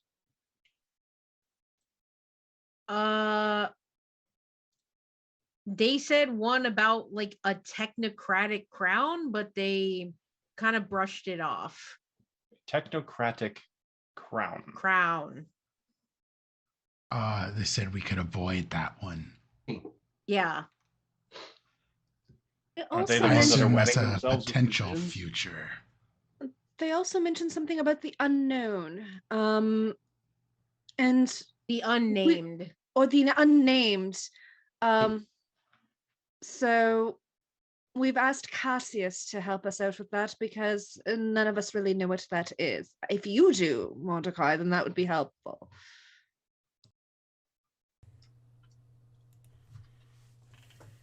But we thought if anyone would possibly know something like that, it'd be Cassius. So he's on his way here currently. Maybe. Well, you know, yeah. Assuming he's on the way here. He said he was. And he installed a communication device. Abigail looked over it. Here in the throne, it had to be stationary due to GPS synchronization. Mage crap. Mage stuff. So he installed it. I tested it. It works as he described. So anytime we need to get in touch with Mr. Gustav, we can via this throne and this button here that he installed. He appeared to be very forthcoming. I seem to get the sense that they're also feeling like there is a huge threat looming over Vancouver, and they were interested basically in working with us to try to defend the city because it's going to be a problem for everyone essentially. So they're working with the technocracy, which I guess is pretty unusual for them. Who are the technocracy? Do they have like some kind of symbol? Do they have some kind of thing? Which what is the technocracy? Do you remember those very well dressed but boringly suited gentlemen messing about with the Baron in the underground parking lot? The ones that were ended up being mechanical robot like? See, that is kind of that's their gig. Okay. So they're working it's with... a cats and dogs living together sort of situation with them. It's very unusual that they would unite for any reason. And so that seemed to, he tried to impress upon us the seriousness of how their entire magical community is taking this threat that is what we have begun to uncover, and Cassius is continuing to investigate. The enemy of my enemy is my enemy, apparently. Right. And so they came here. Yes. Apparently it involves us. Yes, they seem to think it has to do with it's something kindred related. Because why not? Why not get us involved? Because we need to be involved in Oh. everything. Well, they I said mean, it is our blood ritual, Bali stuff. So, I mean, it is kind of and they said our it may have to faults. do with one of ours awakening, which would generally, that's only something mentioned, in that kind of terms when it's about one of the really old ones who are not in step with the world and are fairly cranky when they wake up. Exactly. So we just basically opened up the lines of communication, and we're going to work together as best we can to try and figure it out. But no particular new leads, other than the things about the visions. I wonder, now that I'm thinking didn't about this, really I wonder have what the changelings information. have to say about this. See, Senor Gustav didn't really have information beyond, there's some hinky shit going on. And we said, Exactly. see, there is some hinky shit going Yeah. on. And he said, okay, we'll be in touch. Here's how to give me a call. Right. That is the TLDR, isn't it? See, So- I'm also wondering if speaking with Senior Johnson would be a good idea. Yes. See what our shape-changing friends have going on. I mean, if this is something that involves everybody in the city and then some. Well, I imagine if the mages are feeling a supernatural disturbance, the changelings must as well, I would think. I mean, I guess I don't know the overlap of their particular sensitivities. Do they work on the same wavelength? Do they, do the same thing? Right. Because if something's endangering the city, they're also here, as are the lupine. So I'd say it'd be a good idea to contact, Mr. Johnson especially. He might know something. Well, what was your agreement exactly with that lupine that came to Elysium when you were being crowned prince? Was the agreement Senior mutual? Cranky Pants. Yes, that one. Was it a mutual kind of non-aggression, help each other out sort of thing? Well, or... I would say it more fell on the non-aggression sides of things, where there was some back and forth about territory, and that he obviously was extremely reluctant and not having a good time talking to me.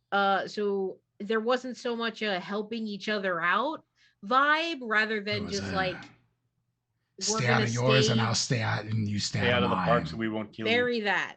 Yeah. Very that. And it was more like, I recognize that you're here and we're going to uphold these agreements because I had an agreement with a previous prince.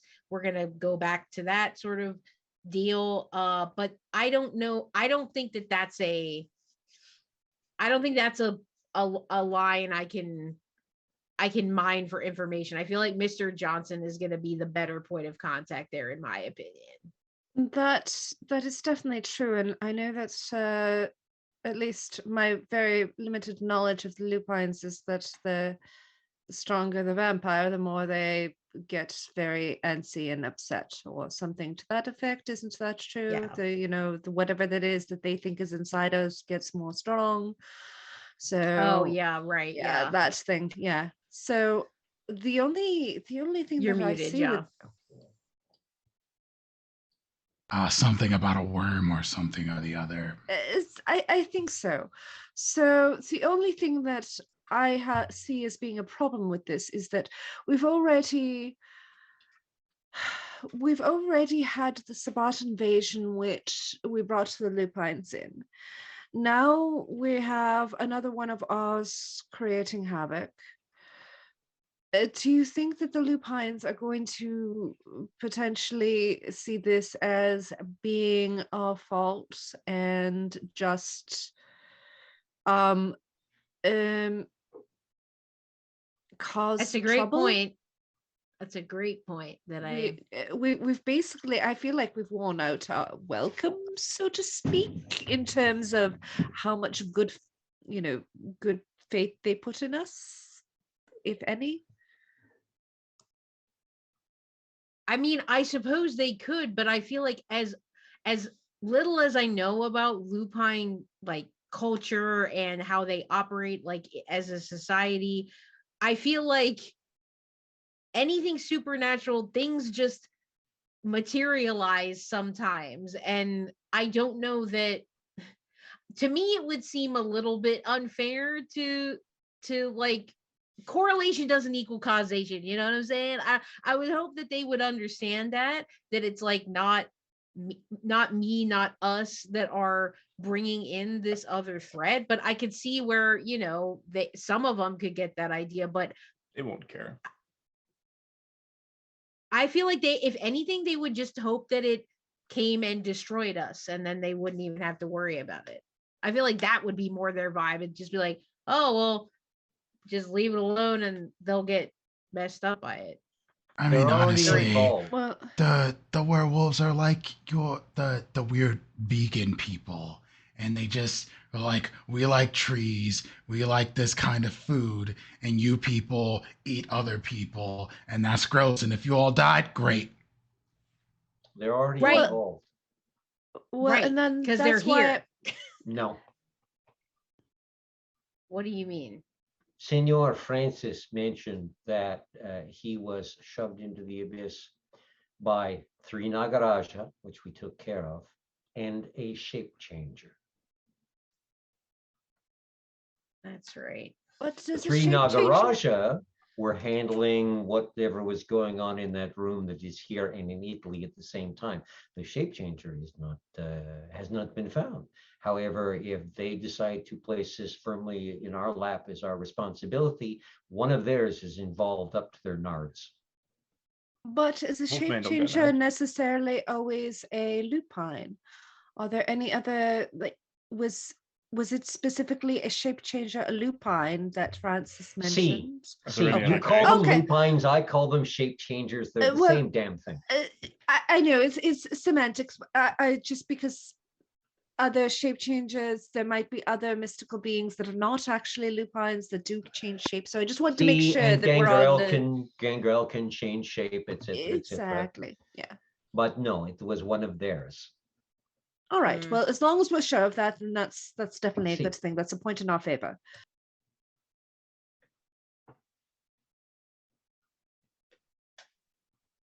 A very small point, but a point nonetheless. What a mess. What a mess. However, I mean, the shape changer in the one you're referring to, Duran, it seemed like from the impression that you got that the shape changer was working with the 3 Nagaraja. So a shape changer who is like associated that closely to work with 3 Nagara, I mean, that can't be winning them any points in their I would not think so. lupine community. That would seem almost like grounds for like a total shunning situation. Do they know? That's a thing. We don't know who it is. So who, maybe Also, I don't know. I mean, doubt it's let's Mr. Johnson. just, we had one of their kind come to our Elysium and come to a agreement with you. So how different is that? Yeah. I mean, I guess that's true. There's always outliers and everybody's working together. Interesting times we live in. We're cursed to live in interesting times. Mordecai, any thoughts on this mage? I'd like to get some dirt on this guy, honestly. Dig up some info about him and see what his deal is, actually.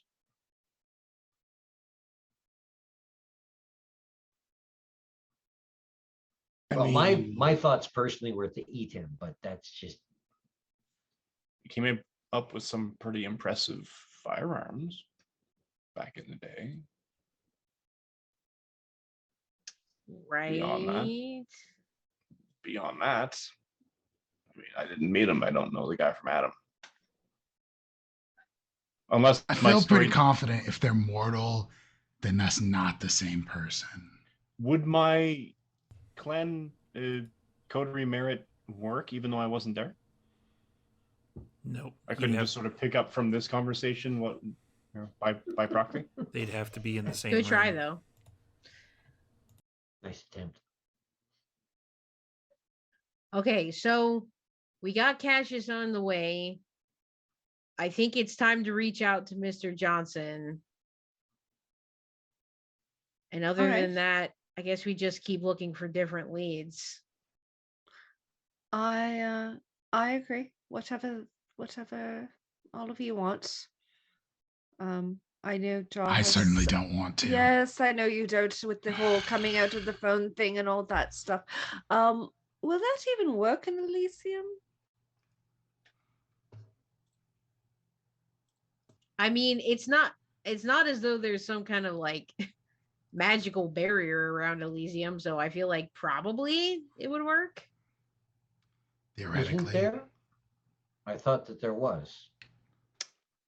Storyteller, wasn't there a There ward were against wards at one lupines? point. Yeah, you put wards up. Yeah, I don't know there's how wards long against- those last. Sorry. They're permanent until Until they're destroyed. broken. contested. Yeah, until they're Oh, contested. shit. Okay, that's my bad. So Putting there them are on wards the- against lupines. Putting them on like a building that's as solid as the art gallery, they're gonna be there for a while until somebody fucks it over completely. Understood. Yeah, okay. So then that would prevent him. I would I don't also know how that works really. I would also not. Has Mr. Johnson been to the Elysium? I Not don't so far think as so. not so far as you've been using it as an Elysium. No. I would We also. could always I go would back to go back to Sandwich, and we could Indeed. communicate with Senior Johnson from there. Having a shape changer suddenly appear in the middle of Elysium is not going to be healthy for a whole lot of people. Yeah, you're right. Senior Johnson. I remember and when likely a that whole lot other of guy others. came up here with the They didn't like him too much. See. Neither did I. Okay, well, we gotta wait for Cassius. Yes, he said he's on his way. Let me just send him another It's at message. that point. Oh. There's a knock on the door. Right as Abigail is typing. Yes. What? Your Tremere is here. When did Cassius become our Tremere? That's actually kind of cool. We'll go with that. We have to let him in. Yes. Yes, See. please, Jaw. It does Let him mean, in. It does mean that the ratio of Tremere in this room will reach 50%.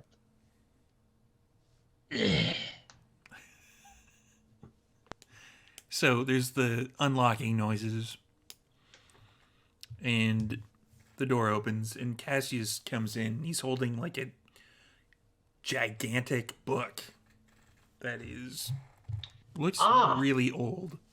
Excellent for using to make the Duran Giovanni's Book of Pressed Mages. Bueno. And it's Cassius. Yeah, he's wandering up really quickly. Thank you for coming. Yeah, you said the unnamed? That's what Yes. the mage said. Huh. Interesting. Give me a few seconds. And there's probably some sort of like thing that he can lay the book out on one of the tables, and he like puts it down, and there's like a kind of a cloud of dust that comes off of it, and he like lifts it open. Like it is rather heavy, and it's kind of like one of those ones where you have to kind of like move a massive amount of pages at the time, otherwise it just doesn't open. He's like, the unnamed one, let's see. And he's like flipping some more pages. He's like,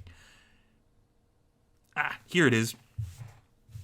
And he's like brushing like dust off of it, like Asher the Unnamed One, which is Bali.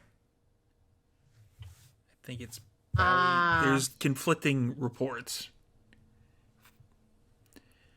Records from that time are sketchy at best. All right. So Asher, the Unnamed One, refers to Bali. Apparently,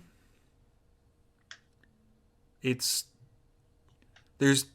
different interpretations of the languages that were used back in that time.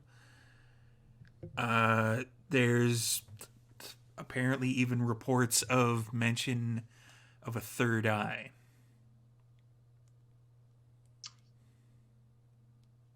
Oh. An affliction that they received in the East.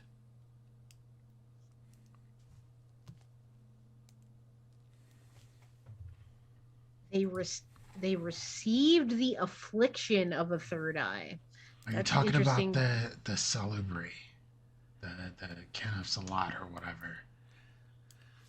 Possibly. They were also wiped out in the Middle Ages. Apparently. Yeah, I thought they were all dead.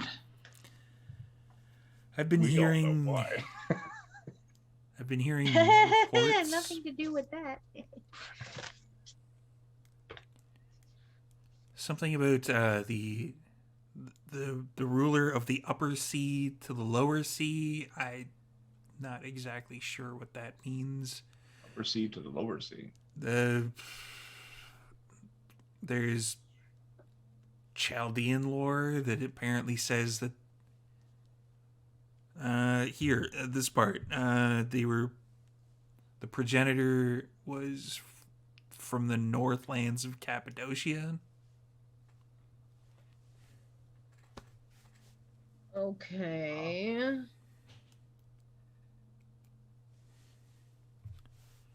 So sorry, does it say at all, Asher the Unnamed One, where all this was going on? Like, when are we talking about here? Like, year wise? This is probably, give or take, about 4,000 BC. Okay, so we're talking about before the Common Era. Okay. Give or take. Okay. Like several hundred years. That's very, very, very old. So that has been appearing in these mages' visions, apparently. Huh. So this is why we're concerned, because A, we didn't know who the Unnamed was. I mean, you mentioned Bali with regards to everything else, but we didn't know that those two were equivalent, and the fact that the mages are having visions might be of importance to you. I mean, So basically, a massively ancient, unknown demonic power is rising in this city. That's. I mean, or Italy, Or Italy, right? Or Italy. or any of the other 6 points on that particular collection of ley lines. And I think Jude kind of like stands up out of the throne and kind of like stretches for a second and leans forward and puts her hands on the table and hangs her head for a second. And she's like, there's all this vague talk about all of these supernatural convergences, these demons, all of this ancient information, but I feel like we don't have a single goddamn lead right now to follow, and it's starting to really piss me off because I don't know which thread to pull. I don't know where to shore up my defenses so that all of the supernatural creatures in the city don't meet a very swift and fiery end via a giant ancient demon. So, like, I need someone to produce for me a lead, like, right the fuck now. Investigation is the first thing you need to find leads. I Some of him. understand that. This is one of the reasons why you're in the Chantry.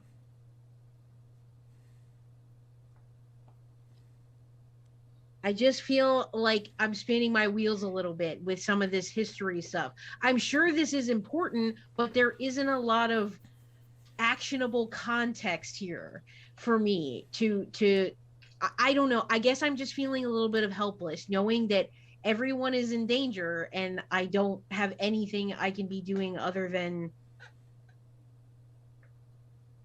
what I'm Make you doing, feel any taking better. meetings in here. Everyone's always in danger. That is the life we live, or the unlife. I get that. I think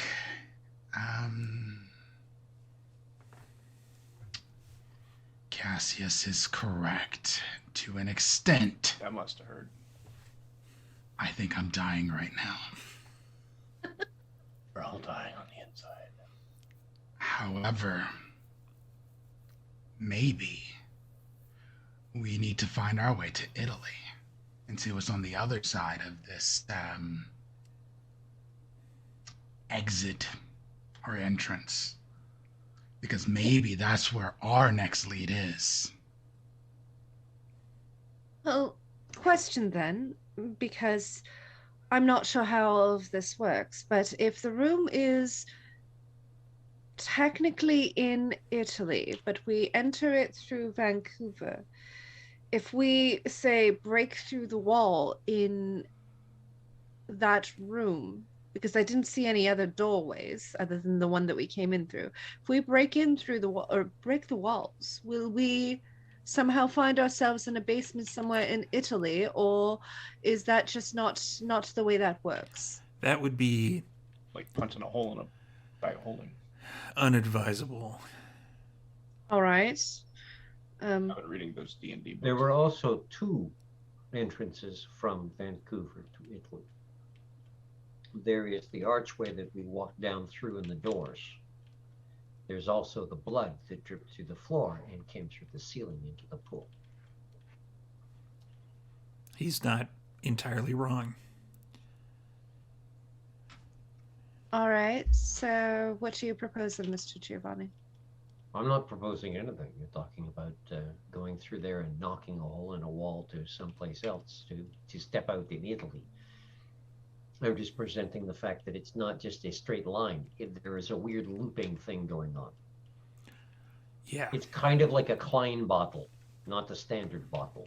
So knocking a hole in the wall and digging up into Italy might put us in Italy. And it might put us The astral plane. who knows where. Well, I have a question then. Cassius, you mentioned that the other portals that Jude and I had discussed with you that had occurred over the past few months may or may not be related. Would having one of those portals open up potentially allow us to get to the actual Italy from that room? Possibly. Who's up for some tentacles? I'm kidding. I'm kidding. That's Joking. And no. Like Jude leans forward and looks right at Jaw and is like, as long as nobody trolls me again.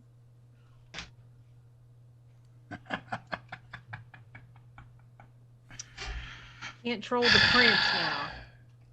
Mordecai's going to wander over to where Cassius is with the book. he still has it open to that particular page. Asur. In Egyptian legend, Asur is another name for Osiris. I don't think that Are we talking a place name or a person? this is a person, but But things are all sketchy, and things have sort of been changed over the past 1,000 years because Asur was also an Egyptian king that Isis raised from the dead. yeah, And it's been commonly now known colloquially to have been Osiris. Cyrus was something different. Osiris was one of us, as far as I recall. He was, wasn't he? They brought about the children of Osiris, which the followers of Set, before they went through a brand change, wiped out.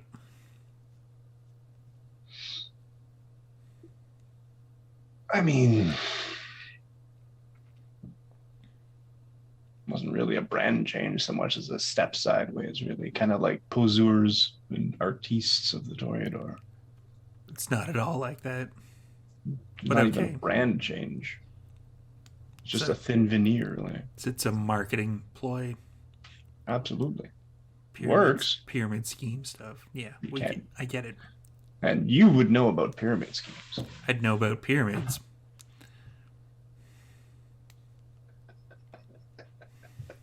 So I like talking to you, Cassius. You're on the level. Now, so we're sure we're not talking about a place. Correct. And we're talking about an entity, and this entity known as Asur? Sure, yeah.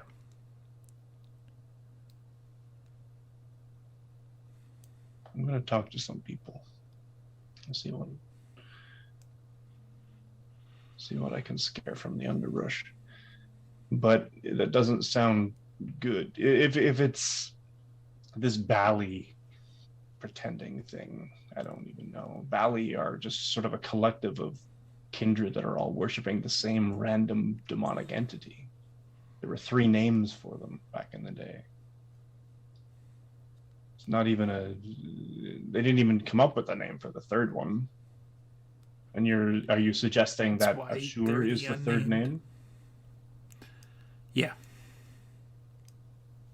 Well, I'm not saying it. The mage apparently said it. And we trust this mage? I don't know. I wasn't here. He seemed mean, to be like I on the said, up and up as much as one of them can be. I really didn't sense any kind of ulterior motive. I feel as though he genuinely believes that there is a huge danger, and it was huge enough that other members of his tradition were like, we have to go talk to the vampires. Basically, it was like out of pure But danger and necessity. Why talk to us? What would we possibly be able to do if an entity of that magnitude? It's fear. Well, it's fear, and because they get the sense that it has to do with vampires, and that the threat is vampiric in nature. So they were like, "Do you So know we're something dumping about it? it?" It's a NIMBY? They're dumping it on our doorstep? No, it's more of a hey, Kenites, or hey, Kindred, go deal with your shit. Basically, that's the impression that I got. He was a little bit nicer about it than that, but yes, that was about it.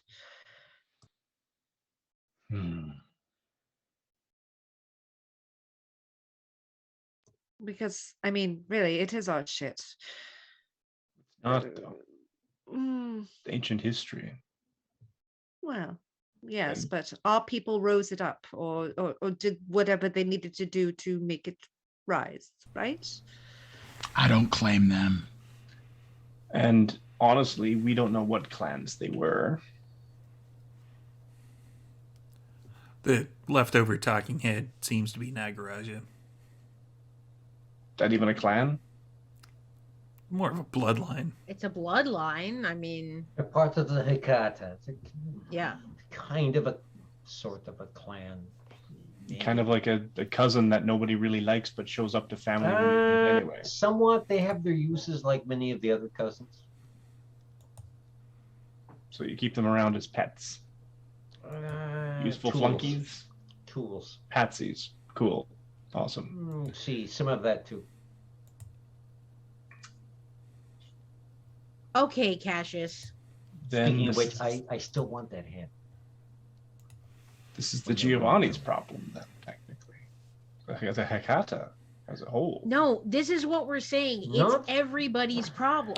Not, mean- all of our not problem. really, because the whole demon worship thing going on with these Nagarashi, it could have been 3 of any clan at all. It just so happens it was 3 Hakata. I mean, as I understand it, this whole Bali thing stuff is not. It's not the Hakata thing. It's a kindred thing.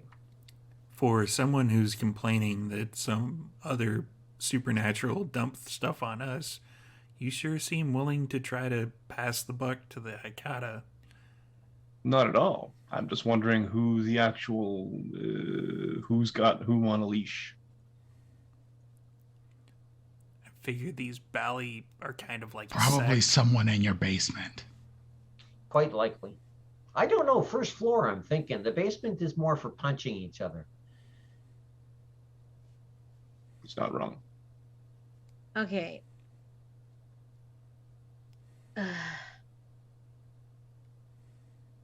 So see, I'm not seeing leashes here. I'm seeing mages who've come and said, "Hey, there's some dark and foreboding crap," and we've gone, "Well, yes, we are dark and foreboding crap. Thank you for noticing." I'm wondering more about these visions that everyone's been seeing. That's what they've been seeing. They've been seeing. Have we been seeing? Has Mr. Johnson's puppy pack been seeing anything? Well, we don't Again, have any information different- from them yet. Different Do we groups. really want to have- call them that? Different groups it's have not. different skill sets.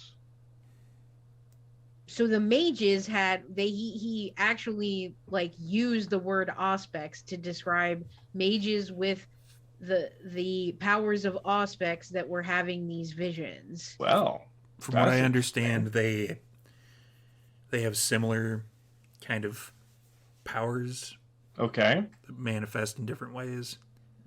Kind of like our disciplines. Do we, those of us with auspex, have we had visions? I have not. I have not. I don't get those. Lie. Out of character, I can roll for a premonition, but I haven't gotten any out of the blue from the storyteller. Go on. I'm pretty sure you have. But anyway, so it must be a mage. Not thing about then. this. I wonder if it's a living blood thing.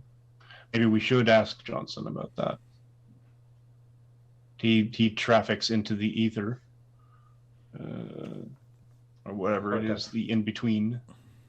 Sort of a slightly different in between than the in betweens that my family deal with. Even though So theirs isn't as cold, at least. I hope. we're dealing with several different in betweens. Can we not come up because- with different names for them? There are already kind of There's- sort of yeah. different names for them It's because the Umbra and the Deep Umbra. you see the normal place that the Hikata work with are we call them the Wraithlands or the ghostly plains, the spirit world. Where the La Sombra tend to go is a little deeper in, and that is more of the abyss, which is kind of related to the Wraithlands, sort of. It's more of an In weird ways. offshoot. There's a connection there. However, entering both of them is a different process. And I have yet to try going from one to the other. I don't know offhand if anyone has been able to. I would like Most everything to, comes through here. I would like, if you are going to be attempting said, to hook you up with several monitors to just see what happens. No. But thank you for the offer. I appreciate that. Scientific experimentation. Oh, I completely understand your curiosity. I will perhaps tell you what happens. We'll see. Okay, so I think that the best next source of information for us is Mr. Johnson and checking in to see what's going on in their side See, of the Senor of their Johnson side of and, things. and perhaps Senor Chauncey, and see what the Yes, exactly. what the fairy people have got going on. Yes, I very much would like to know what they're feeling right now. I mean, so far we have the mages coming to us about this, and we have experienced some of the weirdness. So it is time to kind of, this is what we did. We wove this city, all of the supernatural groups, families, whatever you would like to call them, races together in this city, so that we can actually make sure it runs properly and the humans For don't better or screw it all worse. up. And Exactly. so now it is time to check with a couple of them and say, hey, the mages say there is some hinky shit. What kind of hinky shit are you getting? All right, so shall we go to Sandwich then?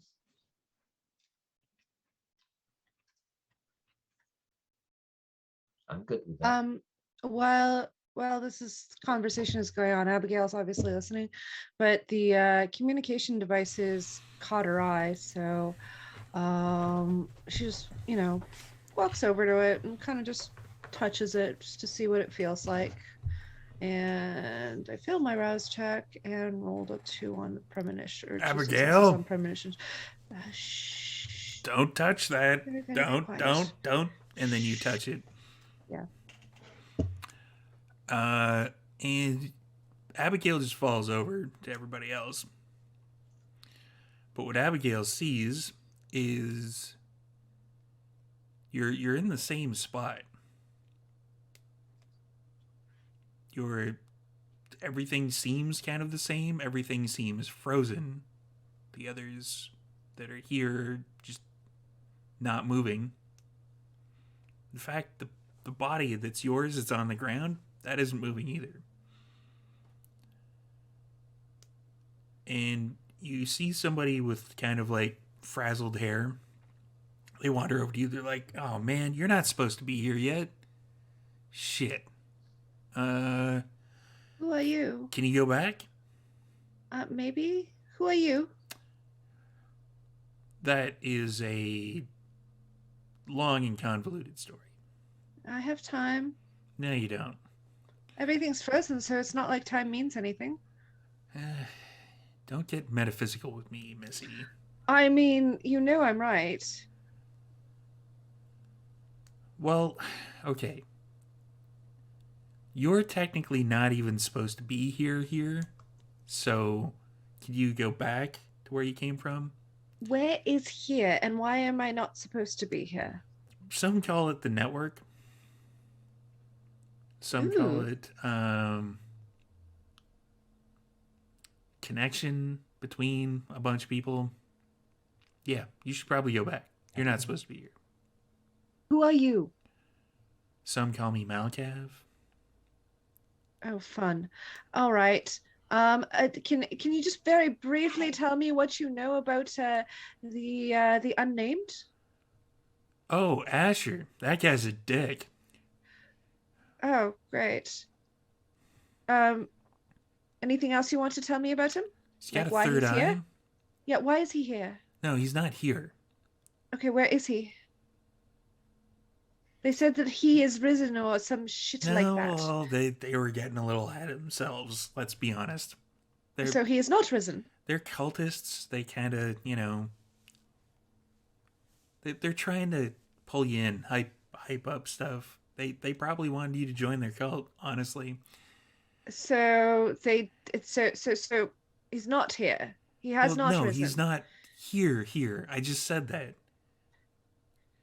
I thought you guys were learned or something. Yes, but Do I have okay, so he hasn't risen yet. Right. They are in the process of trying to make him rise. Correct. So not an existential threat just yet, but close to. Yes. All right, cool. That part I understand. Thank you. Malcolm has been such a pleasure. Isn't it See, though? is- And he goes up I and shakes your know. hand. Like, yeah, it's great, isn't it?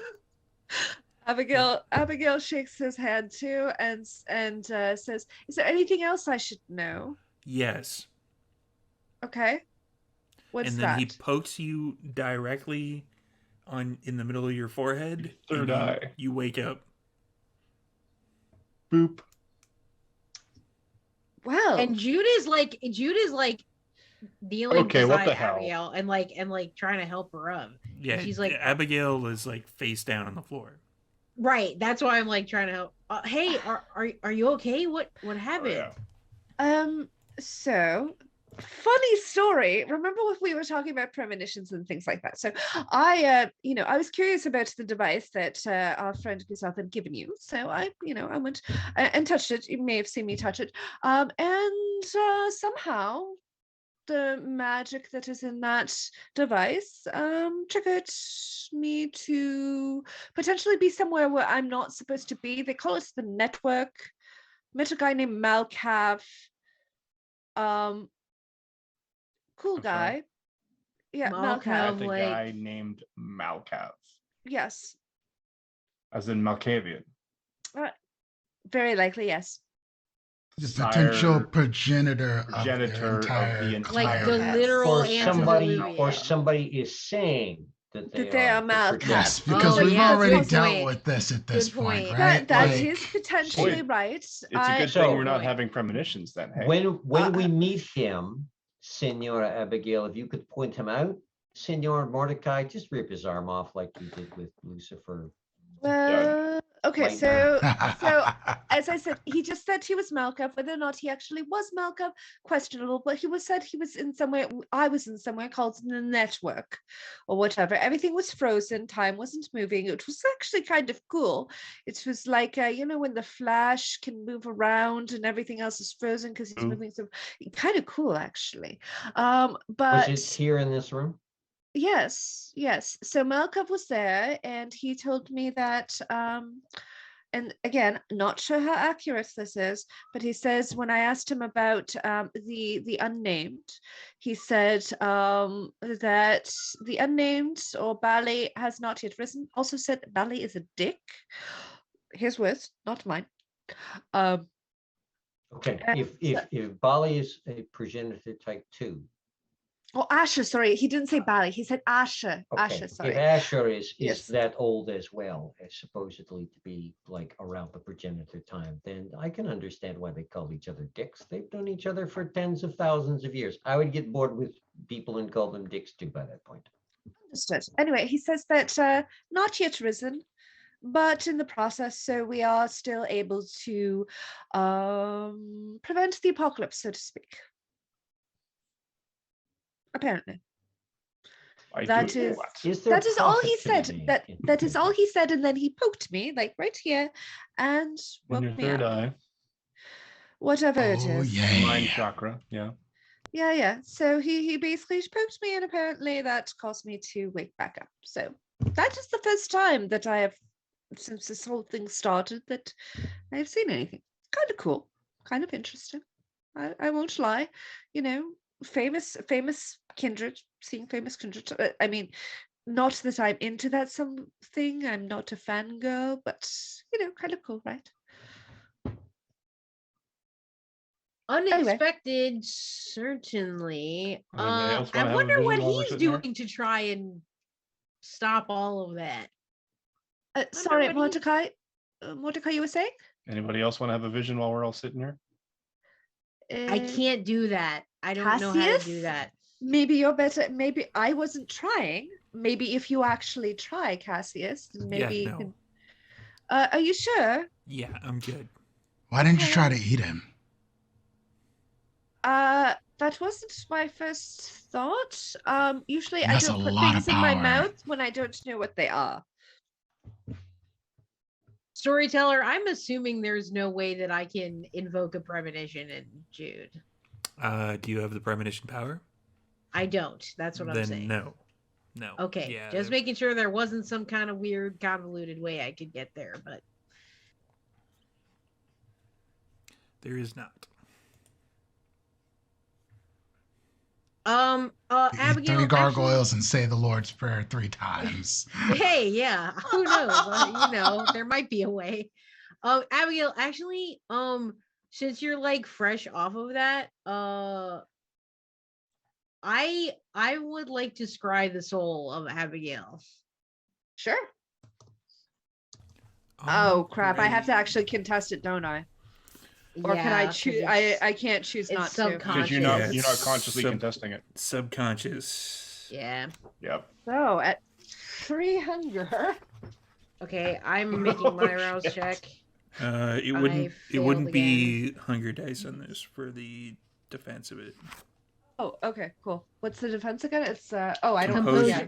composure and subterfuge for you, and for Jude, intelligence and aspects. My intelligence is still roused, I Yes. assume, from... Yeah. Okay. Yep. Okay. Here we go.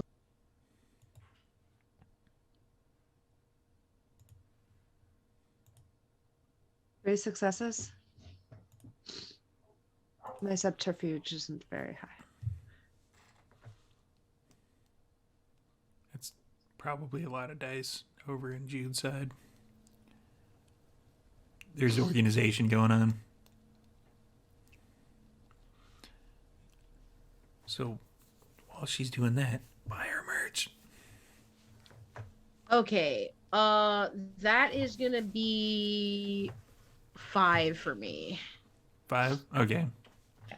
So that is, I believe, you find out 2 things, 2 questions you can ask. Yeah, on the margin. Yeah, 2 Okay. questions. Yep.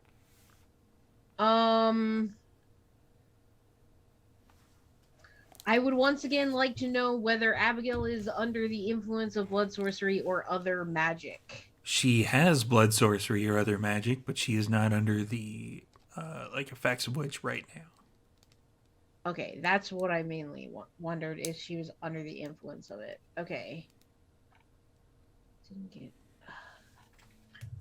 Man, that's a thing. That's a power where like it's very worth your while to crit fish, which I tried. It didn't work, but the other question is is there anything unusual going on in this third eye area that I can scry supernaturally? There is not. Bleh. Okay. Well. So Jude kind of just like shakes herself out. Is like, all right, well, I kind of looked just in case there was some kind of like special residual magic on you after that, but it doesn't look like there is. I don't see anything weird going on, so. Well, that's a good thing, because I would hope that if I didn't eat anything bad, that nothing bad. Anyway. Sorry. Right. I'll shut up. I just thought it was worth a shot. Okay, so Cassius, any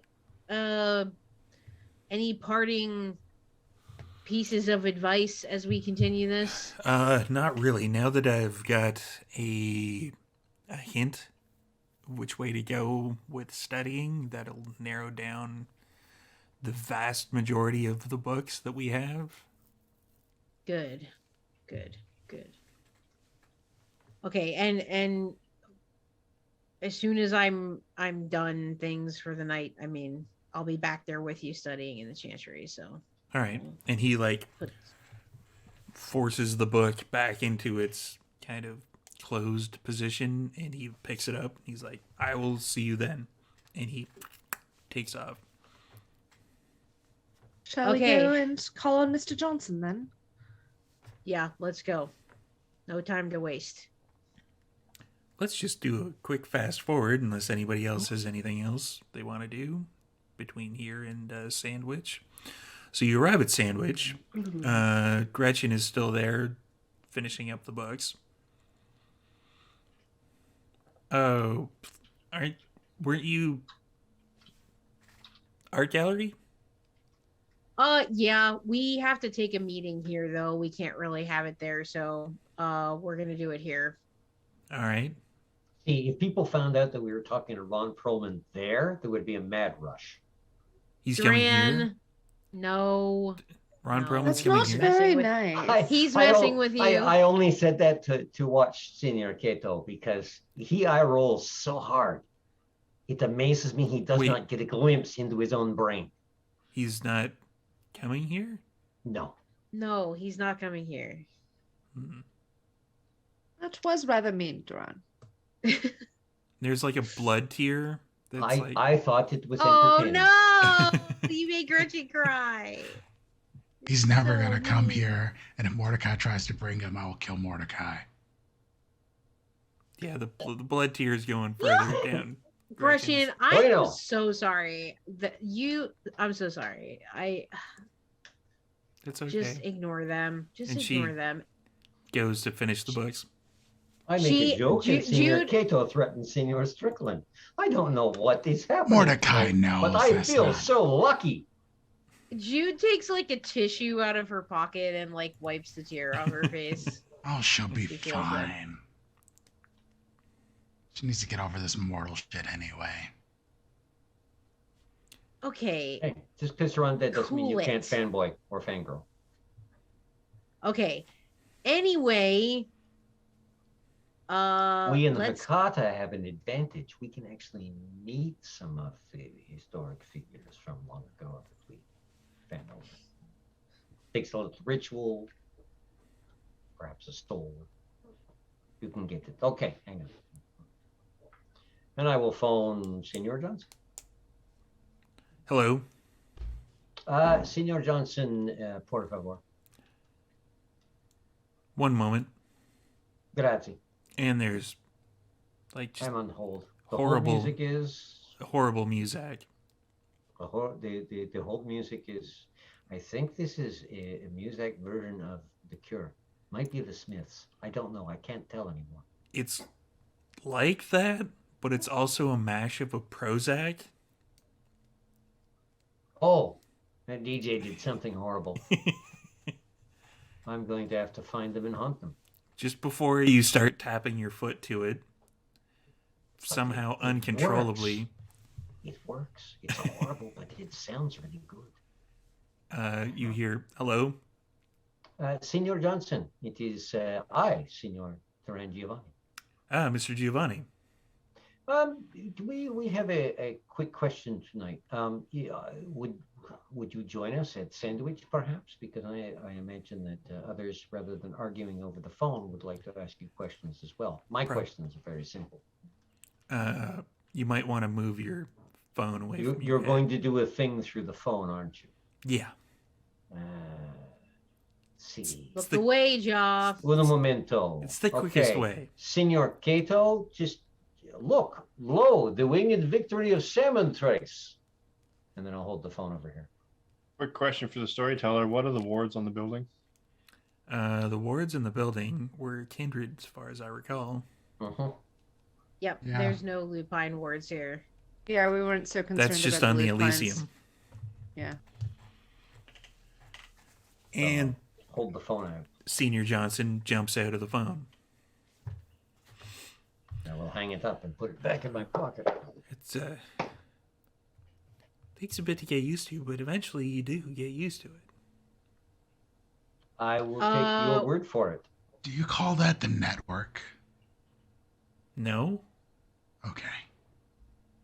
But it is a network, isn't it? Well, yeah, it's a cellular network. See, But we don't come up with like random supernatural names for that. Do we? Do you? We don't. Well, Welcome, Mr. Johnson. Thank you for coming here. So we wanted to get in touch with you because there seems to be some very powerful supernatural disturbances in the city right now, and we were wondering if you had been feeling any of those sorts of things recently. see, we weren't going to bring it up, but yes, the worm activity is heightening. Right. Oh. And how do okay, you this is a bad thing, this worm stuff. Yeah. I mean, I'm having a party, but it's not a huge thing. Oh my god. It's not about you. Everything is about me. Could be. Mr. Johnson, what is it that you and your kin have seen? Give me one sec. And he has the one arm is made of kind of a silverish material. He kind of cracks it open, and something kind of moves up, and he kind of projects something from it against the wall. He's like, well, and his finger kind of pops open on the other side, and it's a laser pointer, and he's pointing at it, and he's like, well, Now, if Inspector Senor Gadget up in Gustav's here. arm did not do that. That's pretty cool. who? We met someone else who had a hole. I think his was on the outside. Probably. Anyway, so if you look at this chart here, and he points at like a bar graph that is increasing. If you look at this chart here, there's been a noticeable uptick in baneling activity over the last few weeks. Baneling. What is a baneling? They're bad spirits. That's the best way I can put it. Well, not like ghost spirits. They're more corruption spirits. Okay. Okay. Well, Okay. Usually they hang around cities because, this is one.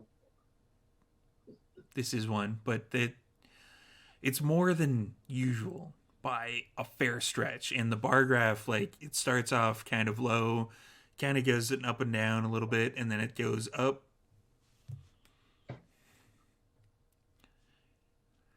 Yeah, they're kind of bad news. And what are they usually indicative of? I mean, do they get to a certain point and earthquakes happen? The sun goes black. People die in flocks. I mean, what do they? How Right. do they impact things? How do You they guys- affect things? You guys don't know about Fomori. Fomori are corrupted humans. They're not Okay. great. They are kind of mutated, kind of twisted creatures. So, like the war beasts that Sabat make. Kind of. Yeah. In fact, I should probably, I should make a note. Try to keep Pentex away from those. What are they called? There's like meat sea, What? some I don't know what they're called.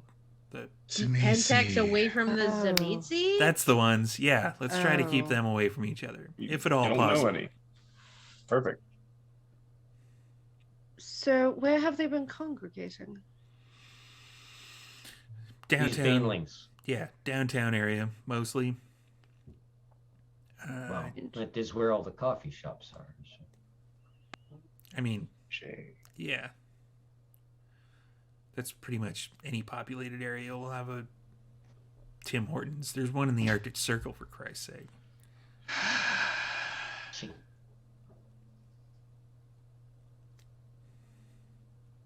So any So- suggestions on how to deal with them? Or have you just not been We've wanting to We've do been anything? mostly dealing with the kind of abstract of it as opposed to the reason for it. My kind are kind of problem solvers in the way of they see blood coming out of a body, so they decide to put a band-aid on it as opposed to doing any exploratory surgery, try to figure out whether or not that's an artery that's bleeding. So, any ideas as to where to shove the scalpel in to start the exploratory surgery? Well, yeah, that was kind of my point, that we don't actually do that. We kind of Ah. deal with the after effects as opposed to the source of the problem. So Does this, when you, all this stuff that you've explained, like, so does that represent a great threat to you in your community? Oh, yeah. Or it's more, okay. yeah, it we've lost at least 2 or 3 of Oh. my kind over the last couple of days. Oh, okay. That's So these banelings are able to chew on people or something? once they turn into Fomori, they Right, the Yeah. Fomori thing. they Okay. corrupt the human Bueno. soul and mutate the body ever so slightly. Okay. They You make that sound so normal. Corrupt the soul. Wonder what they look like on the other side. They don't go over to the other side, as far as I recall. Some of our kind deal with ghosts. We call them silent striders. Speaking of your kind that deal with ghosts, so the Raffle Fine Art Auction House is. I've heard of it. It is a family concern, little business that we've been running. There were 3 of our sort who, independent operators, let's call them contractors, who had kind of gone rogue, had decided to settle into the basement there to do some hinky shit with demonic summoning, etc., etc. One of my family members, more of a retainer than an actual member of our society, was shoved into the Wraithlands by one of yours. One of ours? See, working with 3 of ours. Huh. He said it was quite obviously a shape changer who propelled him into the Wraithlands. Do you have like a description of? He said something about really big and Egyptian looking, if I remember right. Huh. That could be one of ours. I haven't heard of any silent striders in the area lately, though. People come and go. Yeah, them especially. We have been fortunate in that most of our idiots have left, but this does leave an idiot vacuum. So to maintain the quota of the city, it would not be surprising if the idiots of other supernatural races came in to kind of continue to keep the pool. Keep the mental proclivities down. Therein lies part of the problem. Your kind and my kind are kind of different. A little bit. Magni is very large and very angry, and pretty much everybody within a 7,000-mile radius knows that once you show up to Vancouver, you go to him. And if you don't, he'll probably find you and kill you a lot. So again, we are also in the position where Senora Duncan is now the reigning monarch among our kind of this city, and those of our kind who come into Vancouver would know that you come and say hello, or else you get taken apart into small pieces, of which these 3 Nagaraja completely ignored that, and as a result, we're taken apart into small pieces, one of which I'm still waiting on delivery of. So it is entirely possible that this Strider in silence was also ignoring your Magni. When an idiot is an idiot, they're not going to come forth and go, "Hi, I'm here in your city, I'm an idiot." They're going to go try to be stupid in the dark. There is another possibility now that you mentioned dark. Could have been a black spiral. Could have been a black spiral dancer. I don't know what that is. Okay, look, I one hired of you guys. Sight unseen. No, not that kind happened of to be dancer, full- Mordecai. Not that Fine. kind of dancer. It's a No. spiral Okay. dancer, not the pole dancer. I thought those were the ones No, with the it's great swords. exercise. Ones That that are might be a employed by comic Sir? book. No. I think that's the comic book, yeah. I got a Comic good deal. book She character. said she was a dancer for Cirque as well. So I mean, Mordecai. Yeah, they No. no. So I'm sorry. What is a black spiral dancer? What does Well, what that if the mean? black spiral? Remember those Banes I mentioned earlier? Yes. It's kind of like when they get in, corrupt the soul of a werewolf. So let me make sure Okay. I'm understanding this. So a bane spirit or a baneling gets into a human, that creates a Fomori. A baneling spirit gets into a werewolf, that creates a black spiral dancer. They don't really get into the soul of the werewolf. It's just more, they're taken to a certain place and made to dance the black spiral, which corrupts their soul. Sounds scary. Sounds intriguing. So what And then- happens and then when one once of these there's- gets into a kindred? A Bane? See, Yeah, that was my question. next? Probably not good Technically, we already things. had them. Okay, so once they become a black spiral dancer, then what are they trying to achieve? What is their Corruption, agenda? death. So they're kind of like the antithesis of what normally lupines are trying to do, which is preserve the Normally. natural world. Yeah. Okay. Oh my goodness. Now I kind of want to grab a kindred and shove a Bane spirit in it, see what Me happens. too. Me too. No, Actually- that sounds actually, very no. bad. No. What I want to do is grab a changeling, embrace them, and then shove a Bane spirit. No. Oh. Cassius no, wouldn't let you do no. that. Let No. us, Cassius. No, it has let nothing to do with us. Cassius. Those things We are getting so off track. Oh, Like, we need to understood. focus on what is I am at just have learning hand. Mr. about these new kinds of spirits. I am We'll have right Mr. on And I'm Johnson track. here happy as for fire you. control, I'm happy just in for case. you, See, but you're gonna I'm have in to on think this. about I'm for these this. theoretical experiments on your own time. well, Okay. they're not This theory, is- right? They will be practical. But see, Okay, I will do done. it after we take care of whatever Done. We'll do it later. We'll do it later. Yep. Earth-shaking end of the Many world thanks. is coming down the pipe this time. Correct. But Let me Duran, see you your- will note Let me that see your we already phone have. for a second. Sorry, what'd you say, storyteller? Let me see your phone for a second. My Okay. phone? Fuck you guys! I'm out of here. I'll take my phone out of my pocket, slowly hand it to him. He grabs it. Lose my number, and he disappears. Motherfucker. What did you do? I still have his number. It's fine. He's fine. He'll I don't get need over his it. number. See, He's fine. No. he needs We had us as much as extracted we all need that him. we needed from him today. Did And we? Today, maybe he was an asset. See? He See, still and is. he still needs us as much as we need him. Precisely. All right. So what is our next steps then? Changeling. We need a changeling. Shut up, Mordecai. Holy fuck, my God. No, not to do this thing to. We need to talk to the Chauncey changelings to about find the out what the problem. Oh, now changelings you're are on picking up. task. I've Now always you're been on task. Now you're on task. I can multitask.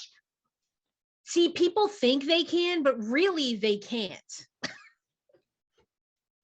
That's a misconception. People think they can multitask, but in reality, brains don't. No. Okay, so yes, we're gonna go see a changeling and see how they're feeling, I guess. That sounds like a reasonable plan. So how do we get Duran? You have a direct line to Chauncey, if I remember. See, that's another number I am not going to lose. And I will call Chauncey. I love the fact that you're using the lid of the. My And- phone's somewhere over on the table. I'm like, oh wait, this is the right shape and size. And at that point, it's a good point to cut off this particular session just as the phone is ringing and ringing and ringing and ringing. Oh, excellent. Uh-oh, I don't like that at all. So, Well, Little Chauncey, no. thank you everybody for watching this particular episode. To be continued. And yeah, we'll do a quick outro of everybody and we'll get you over to Rolling D's 20s to watch some Philly by Night. See if they've made it out of the Elysium. Have they made it out of the Elysium? He did. Okay, cool. And they're all still unalive? Wow. Dun dun dun. Yeah, so you'll find out what's going on over there. But first, let's do some outros. Joanna, you're up. Hello, my name is Joanna, and I was playing Abigail for you today. You will find me on Twitter under the tag Hyrule Gardener. You will find me here on Saturday during our Saturday Vampire Takeovers, and you'll find me occasionally on other parts of our Patreon and our YouTube. And yes, YouTube. So Steve was talking about the YouTube 1,000 subscribers. So that's after 1,000 subscribers, apparently YouTube allows you to monetize your shit. So oops, shit, sorry. And yeah, Dogmite's giving away these things. Honestly, these are the best things ever. Like best things since sliced bread, because you can actually mark off all your hunger and stuff like that, which actually, yeah, I'm at 3. So fun. Anyway, that's it for me. And Prince. Hey everybody, I'm Prince, also known as Dimples of Dice around the internet, and that is where you can find me. Instagram, Twitch, Twitter, all that jazz. I am slowly creeping up on 100 on my YouTube, and I believe that's when you get your own custom link, if I'm not mistaken. That is correct. So if you want to hit up my YouTube, it's Dimples and Dice. We're also getting close to that on our Rolling These 20s channel. So do both at the same time. It will be beneficial to you for a bunch of tabletop RPG content, because that's what I do. So speaking of that, you'll catch me over on Philly by Night immediately following this. That is at 9 p.m. Eastern Time on twitch.tv/Rolling These 20s. Our coterie just got finished with an Elysium, and they are currently having some beef with the prince and his rules, because they really don't have a liking for the Camarilla, apparently. Even if the rules mean that we're going to be beefing with the Camarilla, the Second Inquisition, and the Sabbat at the same time, because they're independent. So we'll see how that works out for them. I'm on a bunch of different stuff. I'm doing a bunch of different things. But make sure you also catch me tomorrow at 11 a.m. Eastern Time for Wayward Revelry, which is my D&D 5e campaign based on Wild Beyond the Witchlight. And follow me on Twitter for everything else. And Mike. Hi, Mike. I played Mordecai. Still confused, not really confused at all. But apparently he can't multitask, so he's just going to play the part of the fool as long as he can. You can catch my pre and post COVID cosplay adventures at Canadian Captain America on Instagram and TikTok, and CDM Captain America on Twitter, where I do mainly D&D stuff. And I'm going to be continuing to do some Saturday or Sunday stuff as we round out the end of the season with that particular game. So stay tuned for that. And I have some other stuff coming down the pipe. Otherwise, you can catch me here on Saturdays in the Vampire Takeover from 3 to 6 p.m. PST. And Sarah. Hey, my name is Sara. I play Jude. You can find me on Twitter at MCDiabetes. I'm also a creative partner at Martlet Games. Speaking of Martlet, you can see me there very soon as the storyteller for my Vampire the Masquerade historical chronicle, London's Bleeding, in its second and final season. And if you are a $5 Patreon tier on the Martlet Patreon, you can see the first episode of London's Bleeding. It is up there and ready for viewing if you are looking for more historical vampire stuff. Other than that, I can be found here as part of the Saturday Vampire Takeover. And as Mike referred to, Phandalin by Night, the Lost Mines of Phandelver Dungeons and Dragons 5th edition campaign. We are rounding out our first season. It's been such a wonderful ride. We'd love if you come join us. We're going to get into some really exciting stuff here in the final weeks. So please do check that out. That is at 5 p.m. Eastern on Sunday here on Vancouver by Night. Other than that, you can just go ahead and follow my Twitter. That's where I post the stuff that I do, that my friends do. I've got a bunch of guest spots coming up, so just look out for me. Thanks, everybody. And last but certainly not least, Cliff. Hey folks, Cliff here, who played Durant Giovanni tonight, who now has ideas for experiments that don't necessarily involve race, but will involve other supernatural peoples. And yeah, it could be some interesting stuff coming down the pipe. We'll have to see what we get to find out. You can find me around about the internet as the Vintage GM, mostly on Instagram, where I post various images and pictures and stuff. You can find me here on the Saturdays for the takeover with this amazing crew doing strange and wacky things. Our superpower apparently is confusing all the other supernatural races in Vancouver and making them wonder just exactly what the fuck is going on with the kindred. You can also find me on Wednesdays, where I storytell a Changeling, the 20th anniversary chronicle called Toronto by Day, Tales of the Rookery, at 6:30 p.m. Eastern Standard Time. And if I remember right, Eastern Daylight Time. Okay. And if I remember right, all this talk of Elysiums and stuff, you would have just seen the Motley at court dealing with some very interesting things, like what happens when you split a Motley member in two. Only one way to find out. You can either have watched it and then see what happens next week, or you can go to the YouTubes and you can click that little button and become a member of those what follow Vancouver by Night. Other than that, you'll find me here and there and all over the place. I got other stuff that's potentially getting planned for this spring. Who knows? I'll let you know when I do. That's me. This guy is Storyteller Steve, and this is Marushka, the Bundle of Loud. She is wanting her time on camera, apparently. She was so good throughout most of the episode. So yeah, go to our YouTube, enter to win one of these amazing things. I can only do this one-handed because I have a cat. They are awesome for holding dice. Prince is playing the Barker Beauty on this one. So yeah, the contest is going on until April 30th. You've got until then to get the first tier of it. If we hit 1,200, we will give away a Dogmite dice sheath as well. And there may be other giveaways coming up. Who knows? So keep tabs on this social media down here for that, at Van City by Night on Twitter, and I believe it's also on actually no, it's Jade Lens on Instagram, because they won't let me switch it. It's weird. So yeah, keep an eye on all that, and yeah, come back next week for another episode of Vancouver by Night, and tune in Wednesday from here. Our next thing is on Wednesday, Changeling, 3:30 p.m. PDT.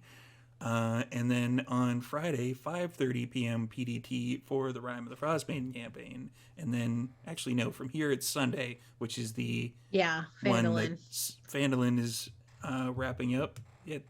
There's a lot of different timelines going on in my head right now. So, yeah, come back for all that, and we will see you next week here for some more Vampire. Have a good night, everybody.